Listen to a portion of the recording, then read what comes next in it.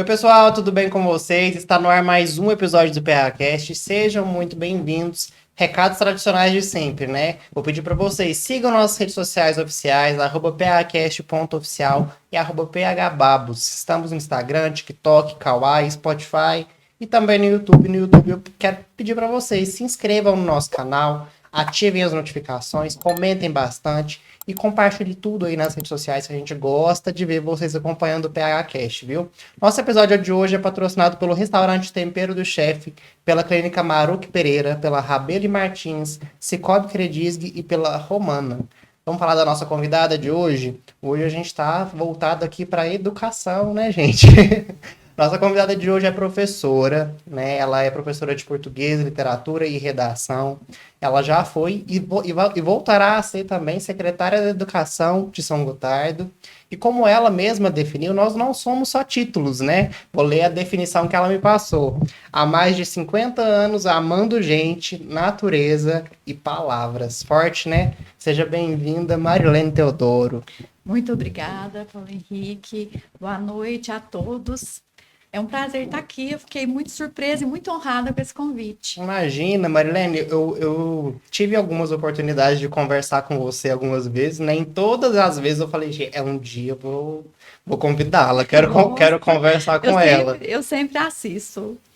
E eu fico encantada, porque eu acho que valoriza a nossa, né, cultura local, as pessoas da nossa região, da nossa cidade.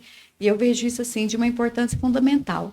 A gente estava conversando e ela falando exatamente isso. Para mim é uma honra, Marilene, porque a gente te olha, né? Eu te olho assim de fora e vejo, nossa, que pessoa educada, que pessoa boa de conversar, né? Então ouvir isso para mim é uma honra mesmo. Muito Fico muito feliz.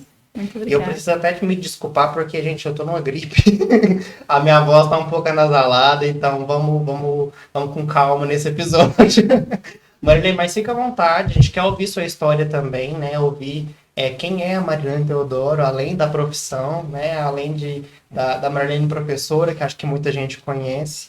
E para isso a gente preparou aqui delícias da Romana, que o pessoal mandou para nós. E gostaria de falar com você sobre a Romana. Acho que você conhece, né, o pessoal? Conheço o Rodrigo, ele me conhece, fui professora dele. Pois é. Nossa, uma delícia, muito obrigada. Uma empresa familiar também, né, Isso. Marilene? Que primeiro veio com o Dimas, pai do Rodrigo, e hoje ele tá aí à frente, tá com a gente, teve com a gente na primeira temporada, tá agora na terceira. Então a gente sempre está falando da Romana, que é uma empresa que admiro muito, tanto as pessoas que estão lá, quanto a empresa mesmo. Né, o Rodrigo é uma mente jovem, né, empreendedora também, tá aí buscando inovação e isso é muito bacana. E mandou várias delícias aqui pra gente. Muito bom, obrigada. Lá na Romana a gente encontra de tudo, né? Não é só... Eu acho que as pessoas têm aquela impressão de coisa grande, né? Além das tradicionais balas, doces. Você, como professora, deve saber que as lembranças é lá, né? Muito lá. Já comprei muito lá. Mas tem mais coisa. Tem embalagens, né? Bebidas, produtos de limpeza. A gente até colocou aqui numa tábua de frios azeitona e palmito, que são coisas que podem compor uma tábua de frios, por exemplo, igual a gente está aqui na Indiana chegando e lá a gente encontra de tudo. Então é isso aí, um abração pro Rodrigo e toda a equipe romana. Vamos começar nosso episódio de hoje. Vamos lá. Conhecer essa história. Marilene, vamos começar pela sua infância, se apresentando primeiramente, né? Quem é a Marilene, segundo suas palavras? Bom, eu sou filha de Pedro Teodoro e Maria Selma. Meu pai era lavrador, minha mãe professora. Fui criada numa fazenda, nasci aqui em São Gotardo, numa fazenda localizada em Guaritas, que fica pouco à frente ali do trevo de Ibiá. Vivi na zona rural até meus 9 anos. E depois era aquela saga de muitas pessoas da minha faixa etária aqui em São Gotardo, né? Nós ficávamos durante a semana na cidade, de segunda a sexta, e íamos para a fazenda sábado e domingo. Então, férias era fazenda, então era uma vida muito rural. Tive, né, a graça de ser filha de uma professora, a quem, assim, eu devo muito. A minha mãe é uma pessoa excepcional. Até vim com essa blusa que ela fez em homenagem a ela. Que lindo. Ela era uma mulher de muitas habilidades. E é interessante, sabe, assim, a minha vivência, porque eu sou de uma família de 12 filhos. Família grande. Isso. E eu sou a 11ª do meu pai e a primeira da minha mãe. Isso impactou muito a minha história, porque meu pai, ele era casado, teve 10 filhos e ficou viúvo. E casou com a minha mãe. E a minha mãe já era, para aquela época, considerada uma beata. Ela tinha 38 anos, quando eu nasci ela tinha 39. Então ela nem esperava ter filhos mais. E quando ela engravidou, assim, ela ficou muito feliz. Como os tempos mudam, né? Porque hoje em dia uma pessoa com 38 anos não é uma beata, né? A minha mãe, ela foi assim, ela não pensava que iria casar mais, nem ter filhos. E ela se dedicou muito à profissão. Ela era de uma família muito humilde, ela trabalhava como doméstica e os patrões deram oportunidade para ela ir para Viçosa estudar. Naquela época não existia curso de magistério, então era um curso de preparação, de formação. Eles a levaram para fazer essa formação para ela vir e trabalhar na escola da fazenda. Então ela era professora dos filhos dos funcionários da fazenda. E ela pensava que a vida dela ia ser isso. Então, para o meu pai, aquela gravidez era meio que um problema, porque ele já tinha 10 filhos, mais um, né, mais uma boca para tratar. Naquela época, as coisas aqui em São Gotardo eram muito diferentes, muito diferentes. Eu me lembro que as pessoas trabalhavam com meu pai e aí o combinado era 1 quilo de tocinho, era uma coisa assim, não tinha dinheiro, as pessoas não tinham o dinheiro, sabe, a moeda. Era bastante diferente. A minha casa era de lamparina, luz de lamparina. A energia chegou lá, eu acho que eu tinha uns 13 anos. E você morou com esses 10 irmãos? Não com os 10, porque quando eu nasci, os mais velhos já tinham saído de casa para sobreviver, para trabalhar. Ele se tornou viúvo com quantos anos que ele tinha? Meu pai, quando ele ficou viúvo, eu não sei te falar. Sabe Exatamente, quantos anos, que idade que ele tinha. Mas ele casou muito jovem. Se eu não me engano, a primeira esposa do meu pai, acho que tinha em torno de 16, 17 anos, e acho que ele tinha 20 ou 21. Sabe? Então, assim, eu sempre carreguei comigo essa característica. De um lado, uma pessoa muito desejada, e de outro lado, não tanto. E isso impactou muito na minha história. Mas meu pai foi uma pessoa, assim, exemplar.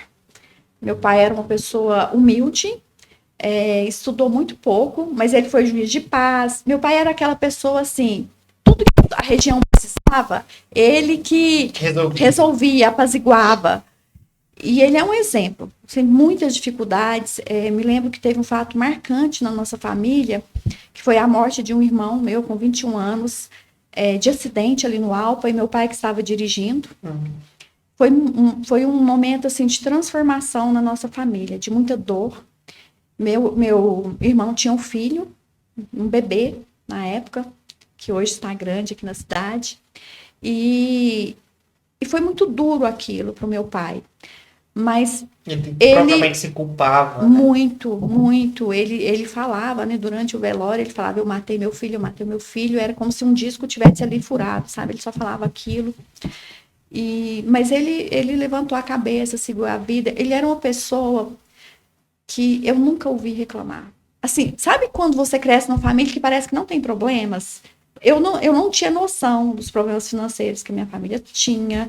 Eu não tinha noção da dificuldade. Por exemplo, na minha casa, a gente comia carne só no final de semana. Durante a semana era arroz, feijão, abóbora, chuchu, uma horta farta. Mas aquilo, para mim, era a melhor coisa da vida. Eu não tinha noção. Como criança, sabe? Aquilo era o melhor. Eles brindavam vocês. Exatamente, né? Eu nunca senti o peso das dificuldades. Meu pai era uma pessoa que levantava cedo, ele era comunicativo, ele era para cima. Eu nunca vi ele falar assim que estava doente. Hoje eu tô doente. Teve uma vez que ele quebrou a perna, ele enfrentava aquilo ali, sabe? Cabeça erguida. E a minha mãe da mesma forma, uma mulher muito guerreira, né? Que trabalhava, saía, dava aula, voltava. E tem uma coisa muito interessante que aconteceu. Eu nasci em 1970. Já a idade da minha mãe. Já existia a licença maternidade. Só que ainda não era uma regra, uma lei. Então, a minha mãe já lecionava e eu nasci. E ela não tinha direito à licença maternidade. O que fazer? Sabe o que ela fez? Levou você para a sala de aula. Levou para a sala de aula. Naquela época, as carteiras, né, eram emendadas. Não sei se você já viu. Nós sentávamos 2 a 2. E ela juntou, levou um colchãozinho e colocou ali. Eu me lembro de várias vezes, quando, né, jovem, adolescente, ex-alunos encontravam e falavam assim, nossa, essa é a Marilene, ela sobreviveu. E assim, ela ia para a escola a pé, provavelmente me carregando nos braços. A sua vida na escola começou muito cedo. Sim, Marilene. Eu nasci na escola. Eu nasci na escola. E acho que isso... Não, eu tenho certeza, impactou muito a minha escolha profissional, embora eu tenha fugido disso. Sempre existe esse estigma, né? Professor não ganha nada, professor é desvalorizado. Então, quando eu fui escolher a minha profissão, eu sempre fui muito estudiosa. Sabe o famoso CDF? Tem cara de CDF mesmo. Sim, eu era, assumidamente. Então, eu estudava muito, muito. Sabe? Eu queria grandes cursos, eu queria... só para você ter uma ideia, no terceiro ano eu pensei em fazer ciências da computação. Por quê? Porque era o curso do futuro. Eu lembro que eu lia sobre robôs, sabe? Era uma coisa que, meu Deus, eu vou fazer esse curso porque é o curso que vai me garantir. Que vai mudar o mundo. Só que as coisas aconteceram de uma forma que não foi por aí, sabe? Eu sempre digo assim, que a vida a gente pode planejar. Exatamente. Mas ela acontece de maneiras que a gente nem imagina. A minha vida, PH, ela é uma vida que eu vou te falar assim, a sua vida foi o que você planejou? Não. A minha vida é uma caixinha de surpresas. Sabe? Então, assim, eu sou uma pessoa que tenho que agradecer muito, porque eu tive um lar muito abençoado. E como que era lá na sua infância? Você falou que os finais de semana era na roça, as férias eram na roça. Assim, até os 7 anos, eu fiquei direto na roça. Eu não sabia o que era cidade. E as brincadeiras ali, você lembra? Muito divertido. Nossa, era divertido. Os irmãos juntos, né? Nossa, era muito divertido. Primos, vizinhos. Pute-pega, rouba-bandeira, balanço. Eu amo balançar até hoje, sabe? É uma memória da infância, assim, que eu sou apaixonada. Escorregar, né, na folha do coqueiro, na grama, assim, no morro. Era loucura. Balançar em bambu, puxar... bambu não, cipó. Puxar o cipó do bambu e balançar. Já caiu numa dessas? Muito, muito. Eu tenho um corte aqui, um sinal aqui, ó. Uma vez que eu caí numa escada, na cozinha da minha casa, descendo, tinha uma escada, eu caí e bati a boca sabe? Na quina da escada. Peripécias mil. Uma infância muito feliz. Quando eu comecei a estudar no primeiro ano, né?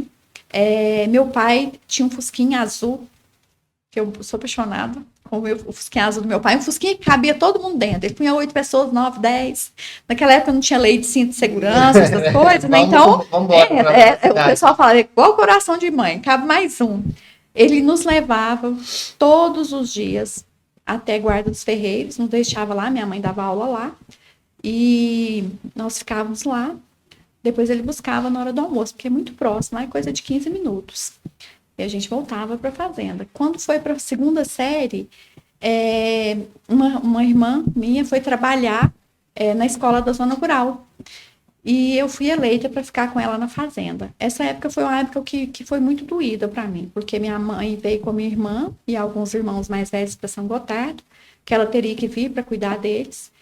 E eu fiquei com a minha irmã lá na fazenda para fazer companhia. Então, eu ficava ansiosa, esperando o final de semana para que a minha mãe e a minha irmã chegassem, né? Minha irmã mais nova que eu. Eu andava, eu não sei, mas eu acho que eu andava uns 12 quilômetros, sim, de volta, uns 6 quilômetros a pé para estudar. E eu fiz segunda e terceira séries, assim, na fazenda. E foi riquíssimo, porque eram salas multisseriadas, não tinha merenda escolar, nós levávamos, né, o que nós iríamos fazer. A professora passava algo no quadro e deixava a gente lá, ia lá fazer comida, e depois tinha a escala. Cada dia, uma dupla lavava as vasilhas. Uma dupla de alunos. De alunos. E nós íamos para uma bica para lavar essas vasilhas. Então, a gente limpava a sala, a gente varria a sala. Então, era aquela rotina. Nós chegávamos, Não era só estudar, né? Não era. A gente preparava a sala, nós estudávamos, levávamos a merenda para preparar. Enquanto ela preparava, a gente ficava estudando, e ali, primeira, segunda, terceira e quarta série, que não tinha quinto ano. No caso, levar a merenda a gente levava o arroz, o macarrão, o chuchu, levava tudo. E a gente combinava. Até isso era interessante, que nós combinávamos o que ia ser feito. O que a gente vai fazer amanhã? Ah, lá em casa tem macarrão. Ah, lá em casa tem chuchu. Olha só. E era muito legal. Então, assim, esses 2 anos eu aprendi a partilhar, a dividir, sabe? A cuidar. Era muita parceria. Tinha a época, por exemplo, de manga, de gabiroba, de caju, esses frutos cerrados.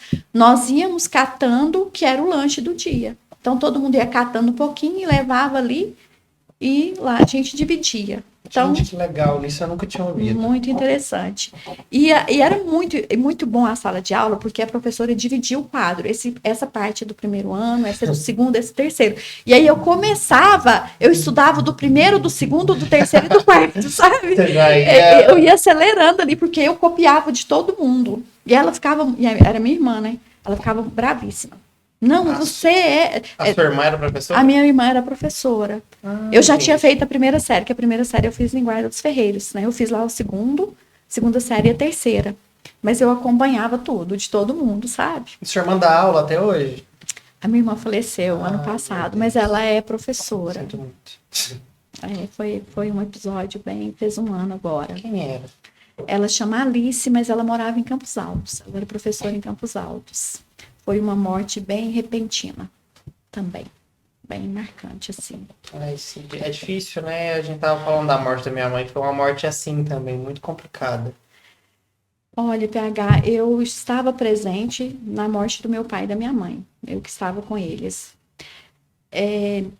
O que eu posso te dizer é o seguinte: morte da pessoa que a gente gosta independe de idade, independe de momento. A pessoa sempre fará falta. A minha mãe morreu com quase 90 anos, tem 3 anos, e assim, a mãe faz uma falta enorme, enorme, porque mãe é insubstituível, né? Nada substituível. É aquela coisa, mãe não podia morrer, mas é a lei da vida, então a gente tem que aprender a conviver com isso, né? A morte sempre esteve presente na minha vida, assim, eu sempre eu tenho muitos episódios de morte na minha vida. Primeira foi a minha melhor amiga, que morreu de acidente. Minto, a primeira foi do meu irmão com 21 anos, que foi, assim, uma morte que mudou a trajetória da minha vida, que eu tinha outros planos, né? Eu tinha plano de fazer faculdade fora, eu tinha plano de fazer ciência da computação, e com a morte, meu irmão morreu dia 16 de fevereiro. Era uma época que estavam acontecendo os vestibulares, eu tive um episódio que eu tive que mudar o rumo da minha vida ali. Mas foi para melhor. Na época eu não tive nem assim esse senso de questionar se era bom ou ruim, porque a dor ali era tanta que... Você não foi fazer o vestibular, no caso? Não. Eu perdi o vestibular. E aí acabou que eu fui fazer letras, né? Que era o curso da minha vida. Mas eu tinha uma resistência enorme. Porque era um curso, como hoje ainda é... Ah, não, mas você é professora, né? E isso é tão sério que quando o meu professor de filosofia na época ele não é de São Gotardo, é uma pessoa que eu tenho muita saudade dele. Ele ficou sabendo que eu tinha prestado letras, que eu ia fazer professora, ele me procurou, ele falou: não acredito que você vai fazer isso com a sua vida. Nossa. Porque você tem que ser, você merece mais, você tem que ser mais. Gente, eu sou tão feliz sendo professora, assim, eu não me vejo fazendo outra coisa. Tanto é que eu já aposentei e não consegui parar. Sabe? Eu não me vejo fazendo outra coisa. Assim, eu não sei se essa fala vai ser certa, mas você tem cara de professora.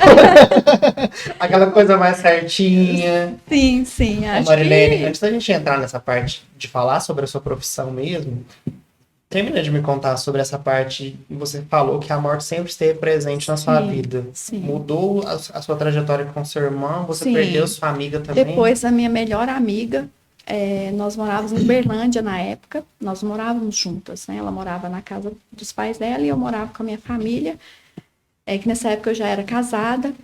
E foi uma morte muito, muito marcante, porque eu encontrei com ela 2 dias antes, nós nos encontramos na rua, E nós éramos muito amigas, nós fizemos faculdade juntas, e eu sou uma pessoa extremamente fechada. Então, para eu ser amiga de alguém e contar a minha vida, eu tenho que ser muito próxima, muito próxima. E ela era uma pessoa com quem eu trocava confidências. Nós conversávamos sobre tudo e ela comigo também. E nós nos encontramos e ela pegou e me mostrou um desenho, que ela dava aula para educação infantil na época, e ela me mostrou um desenho, eu tenho esse desenho até hoje, que uma aluna dela tinha feito. E ela falou assim, olha que o desenho que a minha aluna fez de mim. E quando ela abriu o desenho, era ela vestida de anjo com asas. Meu Deus. Sabe? E como se ela estivesse flutuando. E 2 dias depois ela morreu também de acidente. E foi um acidente bem feio. Foi, a Kombi da prefeitura levava os professores para uma escola um pouco afastada. E essa Kombi, ela chocou com outro carro, não me lembro se foi um caminhão. Só uma pessoa ficou viva, os outros morreram. E ela era muito jovem na época. Ela deve que tinha o quê? 23, 24 anos. Muito jovem. Uma vida interrompida, assim, sabe? Isso foi muitos anos atrás. Isso né? Isso deve ter sido em 94, 93. Eu sou péssima para datas. Péssima. Para mim, eu sempre falo, para mim, passado não existe. Sabe? Eu sou a pessoa do presente. Eu lembro, assim, das coisas, mas datas... Não precisa também, né? Eu tenho uma memória... Exatamente, assim, não. Exato. Eu tenho uma memória muito seletiva, vamos sabe? guardar as coisas boas. Exato. Depois, né, eu tive... como eu tenho muitos irmãos, eu tive perdas de irmãos. Depois meu pai, minha avó, né, e depois minha mãe. Então, O pai da Regiane... Que é meu irmão. É seu irmão. Meu né? irmão. Ele é Ele é foi da um primeira... que morreu há muitos anos, né? Sim, ele morreu, acho que uns 3, 4 anos depois do meu pai. Que ele faleceu. Um beijo pra Regiane. A gente tá falando de coisa triste, mas... Beijo, Regiane. Você mora no meu coração. Vamos virar esse negócio aqui. Exato. Adoro a Regiane, amigão. Eu também, gosto muito dela. Eu fico tão feliz dela estar feliz. Tá casada, super feliz lá É, em muito Viçosa bom. agora. Fico muito feliz por ela merece demais. Vamos aguardar O herdeiro. os herdeiros agora. Estamos aguardando, Regiane. Falando um pouco agora sobre a sua profissão, né? Você falou que a escola tá desde o início ali, Sim, né, Marilene? Sim. Então, você já nasceu dentro de uma escola. Mas depois que você entra para a faculdade, né, que escolheu fazer letras. Aliás, por que escolheu letras? Você tinha ali ciências da computação, aconteceu esse problema. Como que veio essa decisão? Olha, eu sempre fui uma pessoa muito ligada a palavras. Muito ligada a palavras. Minha mãe fazia biscoito, né? Amassava biscoito. E ela fazia as legal. Letras. Como que veio letras? Minha mãe fazia biscoito. É isso. Acho que tudo começou assim. Muito legal. Minha mãe fazia biscoito e ela enrolava a massa no formato de letras. Então, o formato do B, e colocava aquilo para assar. E foi assim que eu fui alfabetizada. Legal. Sabe? E eu sempre tive esse feeling com palavras. Tanto é que uma das primeiras vezes que eu fui a Belo Horizonte, eu nunca vou esquecer dessa história, né, no Fusquinha Azul do meu pai, ali em Luz, tinha um motel, eu não sei se ainda tem, e tinha uma placa enorme, em vermelho, escrito motel. E eu acho que eu tinha uns 6, 7 anos, e a gente indo em viagem, eu lendo tudo, né? Aí eu li e falei assim, mãe do céu, escreveram hotel errado, escreveram motel. Eu, na minha ingenuidade, corrigindo já, sabe? Então, acho que eu já era professora de português. Sua mãe falou pra você nessa época, você era... Bom, a minha mãe falou assim, não tá escrito errado, essa palavra existe. E eu não me lembro, acho que eu não perguntei o que significava. Eu acho que eu entendi que era um tipo de hotel, sabe? Porque eu não me lembro, eu só lembro que ela falou, não, essa palavra existe. Eu consigo te imaginar no carro, assim, toda certinha, com a roupinha, toda alinhada, falando isso. Foi muito engraçado isso, sabe? É uma coisa que eu não me esqueço, porque aí quando eu descobri que era motel, eu falei, entendi. E foi isso, eu acho que eu sempre fui uma pessoa que li muito, porque eu era uma criança muito introspectiva, sabe? Embora eu tivesse essa quantidade de convivência, meus primos iam para fazenda todas as vezes né, que era férias, todo mundo já ficava doido, meu pai era muito acolhedor. A minha casa era uma casa que parecia uma pensão. Sabe? Era muito comida. Pais e filhos, isso, mais pessoas. muitas pessoas, né? Visitas constantemente. Era uma casa de portas abertas. Então era aquele movimento. E eu muito assim, ai, nossa, Só vai queria chegar descansar um pouquinho. só, exatamente. Então eu era uma pessoa muito de ficar no quarto, ou então ficar lá no pasto. Eu era muito assim, pegar um livro e ir lá pro meio da grama, lá pro meio do pasto e ficar lá lendo. Eu li muito na minha vida. Eu gostaria de ter lido mais. Eu li muito. Era aquele tipo de pessoa que a minha mãe falava assim, menina, para de ler, larga esse livro. Bichinho do mato. Bichinho do mato. Muito bichinho do mato. Sabe? Inclusive, como eu tinha essa vida muito assim, né? Fiz primeiro ano, primeira série em Guardas Ferreiros, depois fiz segundo e terceiro na Fazenda, depois fiz quarta série em Guardas Ferreiros. E quando chegou a quinta série, como que era? Tinha que vir para a cidade. Eu queria vir, mas nem morta. Sabe? Não queria vir para a cidade? Não. Eu fui estudar na escola São Pio X. Era a escola de São Gotardo, né? Nós não tínhamos essa quantidade de escola, então era super lotada. Eu nem sei quantos alunos tinham lá. Gente, o primeiro dia que eu entrei, eu me lembro até hoje, aquele portão de baixo abriu e eu entrei e parecia um gado subindo assim, ó, de tanta gente, aquele monte de gente. E aí a gente fazia fila, né, no pátio. Na época a diretora era a dona Brenda. Ela subia num banquinho, né? E aí todo mundo em silêncio, em fila, por ordem de tamanho. Eu lembro do primeiro dia, assim, falando sala tal, turma tal. Aí falava sala tal, quinta A. E eu, meu Deus do céu, onde que será que é isso, né? Que eu fiquei de olho, onde o pessoal foi, que estava na minha fila, eu fui atrás. Foi uma época difícil, porque aí eu estudava de manhã. Eu nunca gostei de estudar à tarde, nem de trabalhar à tarde, sabe? Eu gosto da manhã, de manhã. E aí tinha aquela divisão. De manhã eram os mais fracos, à tarde eram os melhores. E tinha uma tal de quinta D à tarde, que era a sala dos bons. E o pessoal... Quinta D, porque de manhã era quinta A, B e C. E à tarde, quinta D e assim por diante. A quinta D era melhor. Os alunos eram separados por letra e colocava-se naquela sala os melhores alunos. Na minha época era terrível. Não. A quinta D era a primeira do turno da tarde, era melhor. Entendi. E aí eu me lembro que a minha mãe, o pessoal começou a procurar a minha mãe, que ela tinha que passar para quinta D, porque senão ia ficar atrasada. E eu bati o pé, não vou, eu quero ficar aqui. E foi muito difícil, sabe, nessa época, porque, nossa, conviver com aquele tanto de gente, aquele tanto de professor. Eu era da roça mesmo, sabe? Aquela coisa caipira,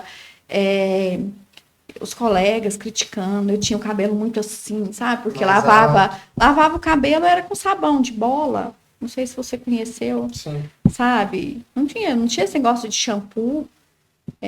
Minha mãe era uma pessoa muito humilde, sabe? Ela, assim, a minha mãe sempre ensinou a gente a andar limpo, bem arrumadinha, mas não tinha essas sofisticações, sabe? E o pessoal da cidade, naquela época, já tinha os que eram mais pra frente, sim, assim? Sim, nossa, porque não existia escola particular, todo mundo estudava na escola pública, então era todo mundo junto. Até que chegou, né, a 7ª série, que aí não tinha jeito, só tinha de manhã. E aí essa turma venceu na 7ª série. E aí eu fui para dar o 7ª A. Meu Deus, vai sofrer, sabe? Bullying mesmo. Assim... E aquilo, nossa, eu me achava um bicho do mato. Eu nunca me esqueci de uma cena também, que eu estava em sala de aula e a professora teve problema e chamou a diretora. Nessa época, se eu não me engano, a diretora já era a Elza Marques. Eu não me lembro quem que era. E a diretora chegou e deu um sermão na sala e virou e falou assim: vocês tinham que ser igual a Marilene, vocês tinham que ser educados igual a Marilene. Meu Deus, quando ela saiu da sala... Aí os meus ficavam assim, você não tá fazendo igual a Marilene? Sabe aquela coisa? Gente, eu queria sumir, eu queria desaparecer. Aí que eles pegaram no seu pé mesmo. Eu queria desaparecer. Na 8ª série, que hoje é 9º ano, eu tive o professor Carlos, né? Eu tive ótimos professores de português. Foi uma coisa também assim, professor Diniz, professor Carlos, Anselmo, a professora Márcia, que foram pessoas que me marcaram muito. ótimos, excelentes professores. A minha leitura, essa coisa de ler, nasceu com o professor Diniz, porque ele tinha uma didática seguinte, ele contava uma história na sala, e como se fosse uma telenovela, no auge da história, ele falava assim, agora eu vou terminar a história amanhã. Você ficava com aquilo na cabeça. Nossa, aquilo eu ficava louco. Meu pai era um contador de causos, então eu sempre tive essa coisa muito da história. Eu vi os cadernos, os planos de aula da minha mãe ali, né? Aquelas historinhas que preparava, que era tudo manual. Nossa, sabe, aquilo ali eu lia muito. Então, eu tinha isso comigo da leitura, eu li muito. Tanto é que eu li livros quando eu estava assim com 13, 14 anos, que hoje eu penso, gente do céu, como que eu li esses livros, né? Eu comecei a ler Machado de Assis muito nova, sabe? Porque era o que tinha, eu pegava na biblioteca o que tinha, o que aparecia. Aconteceu uma coisa muito engraçada quando eu fui secretária de educação, sabe? Que eu estava lá e a biblioteca no Prédio Amarelo e uma das diretoras foi na biblioteca com alguma coisa e ela pegou um livro. Quando ela pegou, tem aquela ficha, né? Do livro. E aí lá, meu nome, Marilene Teodoro. Primeira pessoa que tinha pegado o livro. E acredita que era um livro sobre pedagogia? E você na escola lendo? Na escola, era tipo assim, 1986, eu lendo aquele livro. Eu ia lendo tudo que tinha. Eu pegava ali e ia lendo, sabe? Fascinada com a leitura. E lê muito até hoje, Marilene? Não tanto, mas eu ainda leio, eu preciso ler. Eu sou aquela pessoa, assim, que eu sinto falta, como eu sinto falta de água. Se eu não estiver lendo um livro, parece que tá errado. Tá faltando alguma coisa. Queria ter esse hábito, eu nunca consegui. De começar mesmo assim Nossa, qual a dica? Comece, faça. A dica é você escolher um livro de um assunto que você goste muito. Comece por uma coisa que você gosta. Começou o livro, não gostou, larga, passa para outro. Comece por um livro que te prenda e leia um pouquinho todo dia. 2, 3 páginas todo dia. Quando você percebe, você tá aquilo virou um hábito. Eu tenho um péssimo hábito de querer de querer fazer tudo de uma vez. Eu vou ver uma série, eu quero ver ela inteira. Eu sei como entendeu? Eu sou assim. Aí o livro vai ser do mesmo jeito. Eu não sei se eu vou ter essa paciência de ler uma página e deixar para trás. Assim. Eu acho que eu já tentei. Então, quando o livro é muito bom, eu tenho essa dificuldade, sabe? Eu estou lendo um livro e ele está muito bom. Meu Deus, eu tenho que parar, sabe? Eu tive que desenvolver essa habilidade de ler só um pouquinho. Então, por exemplo, eu levanto, não vou ler 3 páginas, porque tantas horas dá para ler 3 páginas, 5, 10, e eu tenho que me policiar, porque senão quando eu vejo, eu perco a hora. Aí eu ia começar a ler, ficava desatento, e aí lia a página inteira, mas não estava entendendo nada, e voltava tudo pro início de novo. É um caso, assim. Essa questão do foco é importante na leitura, e isso é uma habilidade que, no momento, nós precisamos desenvolver. Porque nós estamos muito assim, né?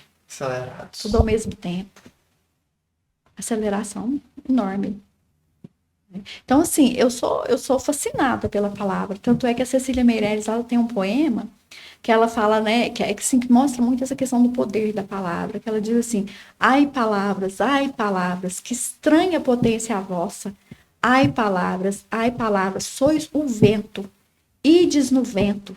Então, rápida existência, tudo forma e transforma. Então, a palavra tem esse poder, né? Ela forma. Por exemplo, se eu falar uma palavra para você, bolo, imediatamente você pensa no bolo. Então, nada existe sem palavra. Né?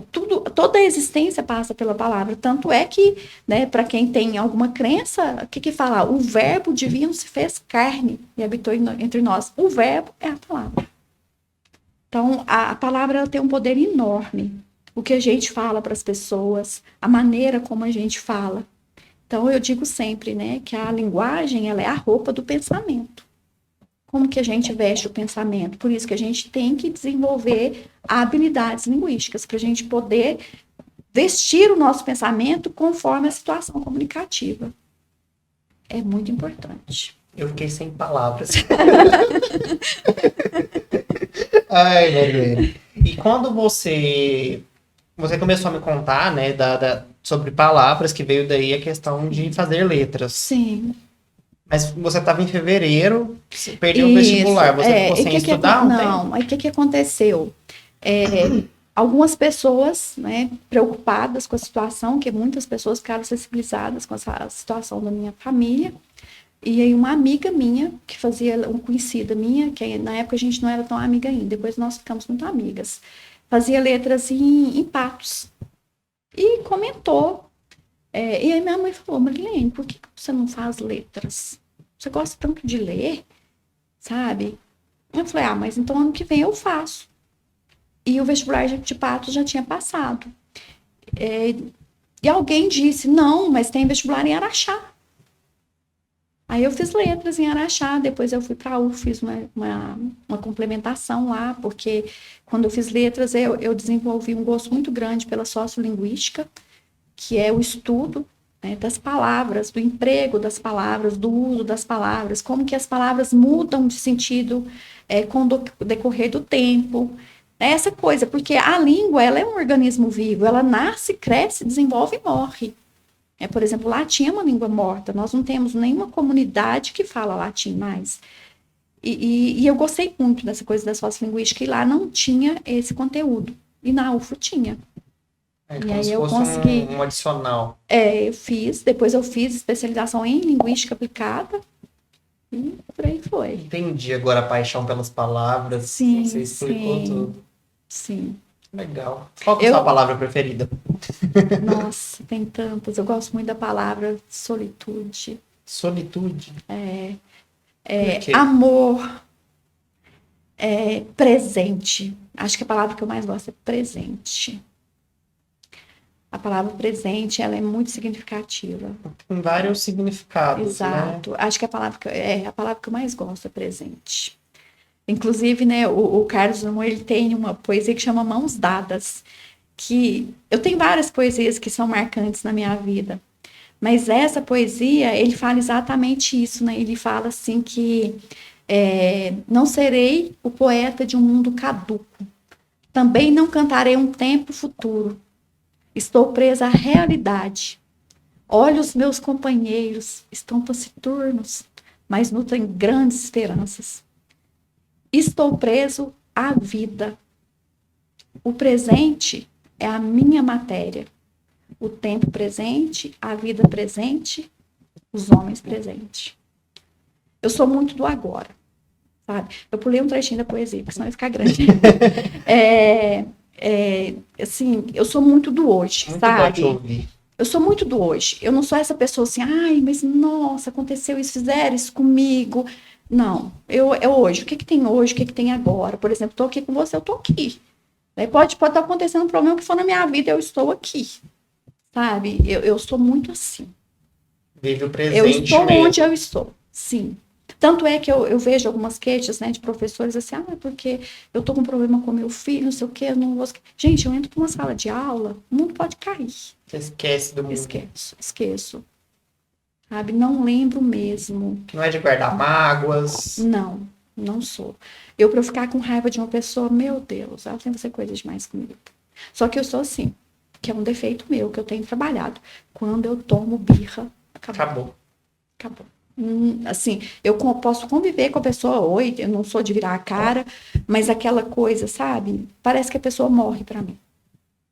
Acho que você sabe disfarçar bem, assim. Você parece ser aquela pessoa que disfarça, assim, né? Não vou perder minha classe. Agora, a minha carinha entrega. Assim, não, se eu tiver um certo você se engana. Se tem uma coisa que meus alunos me falam é que eu não consigo disfarçar. Sério? Sério. Tanto é que eu chego na sala e já me pergunto, mãe, o que você tem hoje? Sabe? Eu sou uma pessoa da expressão facial. Eu não consigo, sabe, disfarçar o que eu estou sentindo. Eu até queria. Porque eu acho que é bom. Em certas situações não é bom. Em certas situações já tem que dar uma controladinha. Mas eu tenho dificuldade, extrema dificuldade. Eu sou muito transparente. As pessoas que convivem comigo sabem o que eu estou sentindo, se eu gostei. Sabe? Por exemplo, equipes que eu já coordenei, eles sabiam direitinho. Eles falam assim, quando a gente fala uma coisa que você não gosta, a gente vê na hora. Hoje mesmo eu recebi um meme de uma amiga minha, porque o pessoal é assim hoje em dia, né? Tipo, fica mandando meme, gracinhas aí na internet. Que a menina tá lá, tipo, no meio de um monte de gente, e ela tá lá assim, com a cara bem... bem nossa. Bem uma cara, assim, de descanso. É a minha cara de descanso, entendeu? Eu não tô com ranço de ninguém, eu tô só... Que coisa assim, inconformado. Aí alguém cutuca ela, né? Tipo, ela, não, tô super bem, tô super feliz aqui, ó. Só que a cara meio que. Você me lembrou uma coisa que um aluno meu comentou comigo esses dias. Ele me entregou uma redação, eu estava olhando, aí ele falou assim, cara, Não gostou, não, né? Não gostou, não. Aí ele virou e falou assim, não, quando eu comecei, no início, quando ela fazia essa cara, eu pensava que ela não estava gostando, mas agora eu já entendi. A cara dela de... Se tá prestando atenção, É a cara sabe? de concentrada. Cara de concentrada. Eu tenho essas caras. É. Marilene, aproveitar que a gente deu uma quebra no assunto, né? Deixa eu te falar sobre mais um dos nossos parceiros aqui do PHCast. Eu sempre gosto de falar essa frase, né? O PHCast acontece graças a grandes marcas, grandes empresas que apoiam o nosso projeto e fazem isso aqui acontecer. Né? Graças a eles a gente consegue receber vocês aqui, ouvir várias histórias e dar voz a essas pessoas também para o nosso público, para quem conseguir assistir, né? A gente até perde um pouco da dimensão de até onde o PHCast chega, até onde essas histórias vão. Mas graças a eles a gente consegue. Então eu sou muito grato, eu sempre gosto de falar isso. E uma dessas empresas é a Rabelo Martins, que é uma empresa nova no PHCast, nessa terceira temporada, né? Chegou aqui, mas é uma empresa de muita tradição em São Gotardo. Sim. São mais de 33 anos de história, né? Então, é muita história também, Nossa, né? responsável, é uma empresa responsável por muitas construções da cidade, Exatamente. né? Porque ela oferece essa matéria-prima, esse produto para nós. Ferro e aço. Não, e assim, eu acho que eu parabenizo todos os seus patrocinadores, porque são empresas que estão preocupadas com a nossa cidade, com o nosso município. Não são empresas que estão preocupadas só com o lucro, porque investir aqui é investir na cultura local, né? Até no social, né? Isso, no entretenimento, né? No crescimento das pessoas, porque quanto eu já aprendi com as histórias que estiveram aqui. Que bacana. Eu fico feliz mesmo. E assim, eu sempre falo que as empresas que estão com a gente, se Deus quiser, vão vir outras, a gente vai, como se diz, conhecendo essas histórias também, né? São empresas antenadas, ligadas a essa parte mesmo que você está falando, né? A parte social, ao entretenimento, ao marketing, né? Então, eu sempre gosto de falar isso para eles mesmo. Eu não vou simplesmente falar da empresa X no PHCast, a gente quer conhecer essa história mesmo, né? Por isso que a gente vai lá, mostra, inclusive já fica a dica para vocês, né? A gente está soltando os vídeos aí nas redes sociais, mostrando o que é de fato cada empresa que a gente cita aqui para vocês. Então, fica aqui o convite para vocês irem, né, assistirem aí nas nossas redes sociais. E a Rabelo Martins é uma empresa dessa, de muita tradição, de muita história, uma empresa familiar também que mudou aí de gestão, né, de pai para filho. O Diego está aí à frente, acho que há 5 anos, que ele comentou comigo.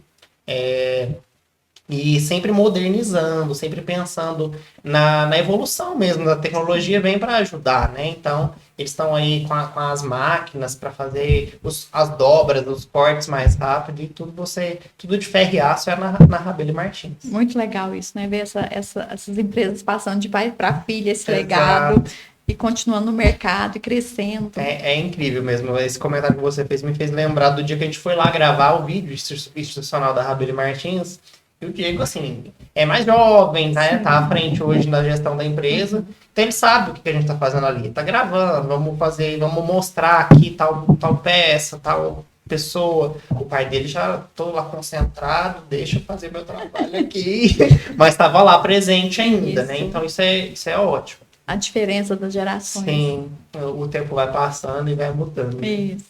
Marilene, me conta um pouco sobre a sua faculdade, assim, o dia a dia na faculdade. Você me falou sobre a infância, que não foi muito fácil na escola por esse bullying, né? Esse jeito diferente, na verdade. Mas foi bom. Eu aprendi a ser resiliente, eu aprendi a enfrentar críticas, e aprendi também, nesse período da escola, que quando você realmente quer alguma coisa na sua vida, você tem aquele foco, nada te impede. Não são as dificuldades. A faculdade, muitas pessoas aqui em São Gotardo fizeram faculdade dessa forma, né? Nós íamos e voltávamos, chegávamos aqui de madrugada, até hoje, né? O pessoal vai para Patos estudar. Não é fácil, né? Não é. Tem que ser guerreira. A gente trabalha o dia todo, porque eu comecei a trabalhar no meu primeiro ano de faculdade. Na verdade, comecei a trabalhar antes. Pode parecer loucura, mas a primeira vez que eu lecionei durante 6 meses foi matemática. Matemática? Matemática, substituindo o professor Fernando. Mas você é boa com matemática? Eu gosto de matemática, acredita? Você é bem, você desce mesmo. Eu gosto de matemática, eu gosto de física. Não, matemática eu até gostava, mas a física, a química, pra mim... Nossa, eu acho física muito interessante, muito interessante. Você é curiosa, então. Sou muito curiosa. Então, assim, eu substituí o professor Fernando durante 6 meses, estudei muito. Existia uma licença, férias prêmio, 6 meses no estado, ele tirou e não conseguia um professor. E aí falaram, acho que a Marília não dá conta de dar essa... A escola acha que a Marília não consegue dessa matéria. Eu estudava ainda. Depois disso, eu fui trabalhar e foi... Nossa, eu comecei a fazer faculdade, fui trabalhar. Abri uma escola aqui, a Sonho de Criança. Uma escola particular, e eu fui trabalhar com crianças de 1 ano e meio. Então você sempre trabalhou como professora? Eu trabalhei de tudo. Não, teve um período que eu abandonei a profissão. Sério? Sério. Eu trabalhei com crianças de 1 ano e meio. E se eu não me engano, eu não me lembro quantas crianças, mas eram muitas crianças, eram mais de 8. Inclusive, né, o do Maruque lá era meu aluno, o Leandro Maruque, o Leandro era meu aluno, tinha 1 ano e meio, sabe? O Matheus, do filho do Anselmo, do trailer, não sei se você vai se lembrar do sanduíche que eu tinha na praça. Do trailer, mas eu não lembro quem é a pessoa. Eu nem sei por onde o Matheus anda. E eram crianças de 1 ano e meio. Tem uns episódios muito engraçados, porque eu não tinha convivido com criança, então eu tinha que trocar, cuidar mesmo ali. E era uma loucura. Eu brincava no parquinho na areia, eu sujava, ia pra faculdade suja, porque não dava tempo de tomar banho. Eu saía 4h30 para pegar o ônibus, 4h45, se eu não me engano. Ou saía 4h45 pegar o ônibus 5 horas. Então eu ia do jeito que estava. E era o que tinha, né? Vamos seguir a vida. Mas um episódio engraçado, quando eu fui professora deles, é que certa vez fui trocar o aluno e o cocô vermelho. E eu fiquei desesperada. Eu fiquei, meu Deus, o que aconteceu com esse menino? E não existia celular naquela época. Em casa. E não tinha celular naquela época. E eu, né, fui até a diretora da escola, falei, Suzana, fulano tá assim. E ela falou, mas como que é? Aí eu falei assim, não, tá muito vermelho, cocô. Cadê? Eu falei, já joguei fora. Mas tem que avisar o pai dele, tem que avisar. E ficou nisso. Eu voltei pra sala e achei que ela tinha ido avisar. E quando eu fui entregar a criança, né, o pai foi receber e eu falei pro pai, falei assim, olha, eu tô muito preocupada, você tem que levar ele ao médico, porque ele fez um cocô todo vermelho. Aí o pai riu e falou assim, não, é porque ele comeu beterraba. Desde que você falou, eu imaginei que era isso. Eu acredito, falei. Ai, que vergonha, meu Deus eu nem gosto de beterraba.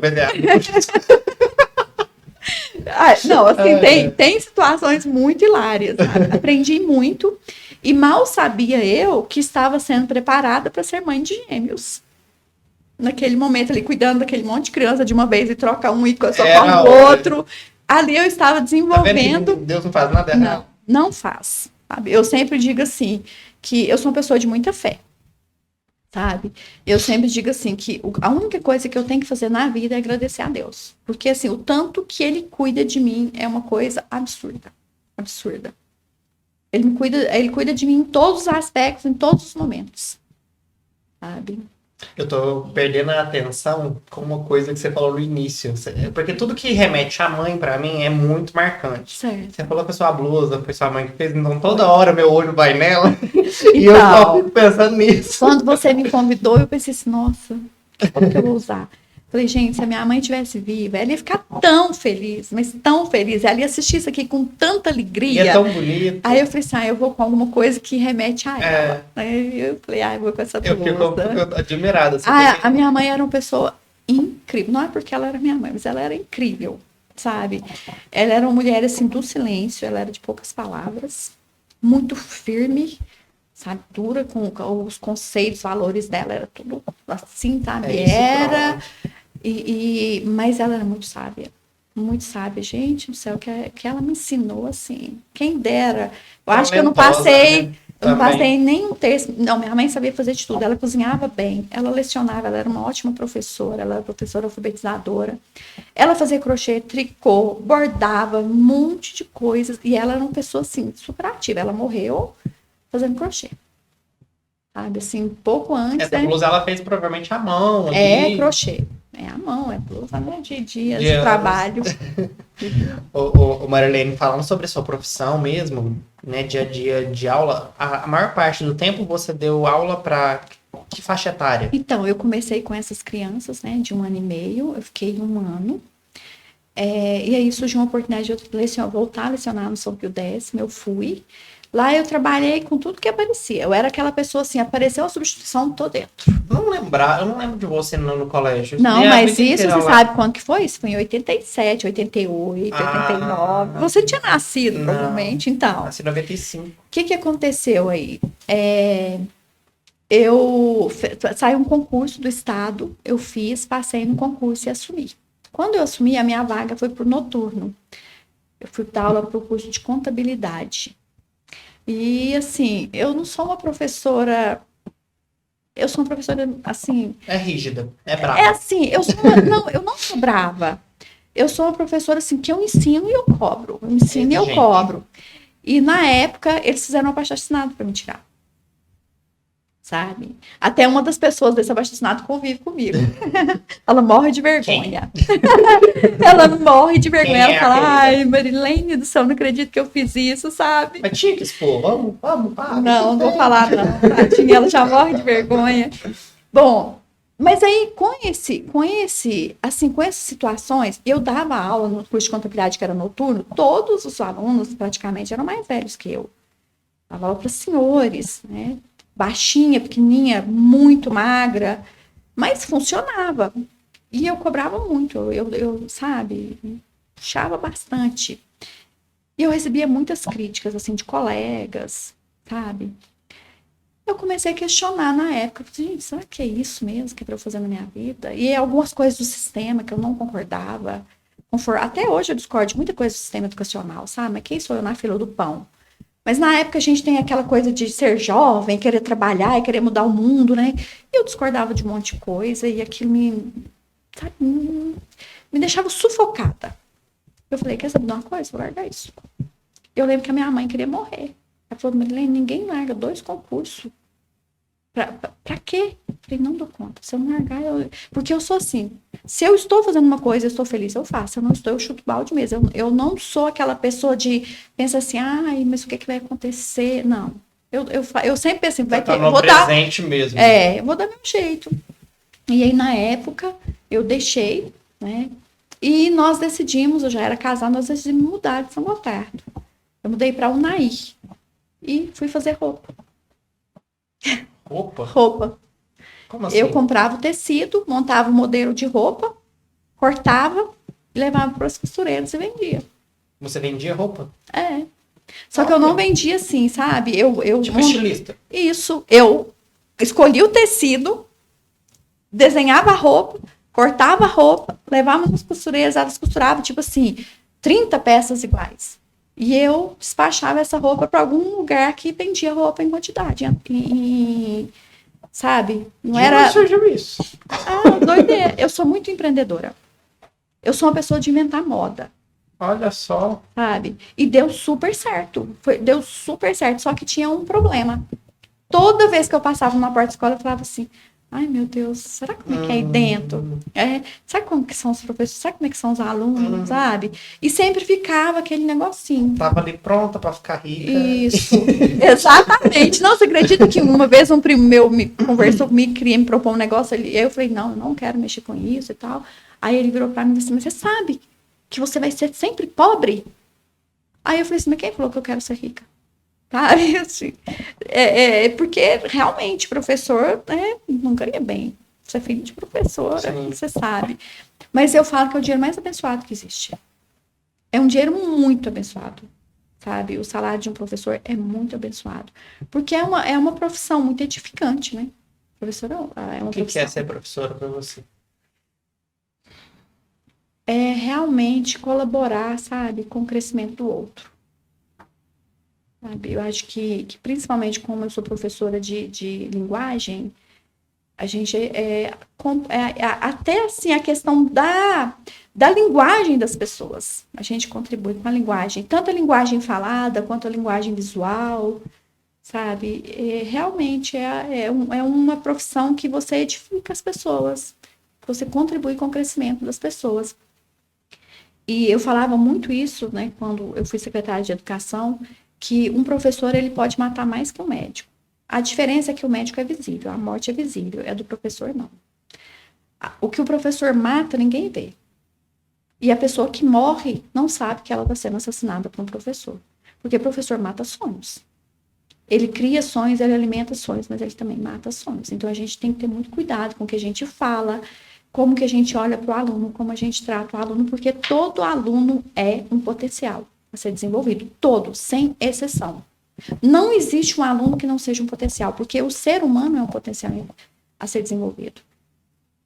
Só que cada um tem o seu tempo, tem o seu jeito, né? Quando você cita essas empresas, todas elas têm ex-alunos. O Diego foi meu aluno, sabe? E todas as pessoas que estão aí hoje, empresários, médicos, professores. Eu tenho aluno que é professor, eu tenho aluno que é professor e fala, eu escolhi ser professora por sua causa.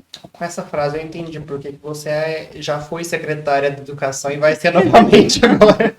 Deu para entender o potencial que você tem através dessa frase. Porque resume bem o que é ser professor e a responsabilidade de um professor na vida de toda pessoa que passa por uma escola, né? Sim.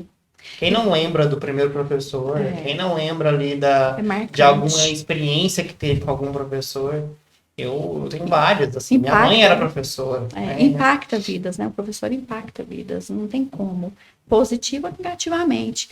Você me perguntando como foi minha trajetória, e eu não me adaptei em Unai pelo calor, eu sou uma pessoa que tem dificuldade de lidar com calor, fisicamente, e nós decidimos ir para Uberlândia, que ironia, né? Também não. É quente.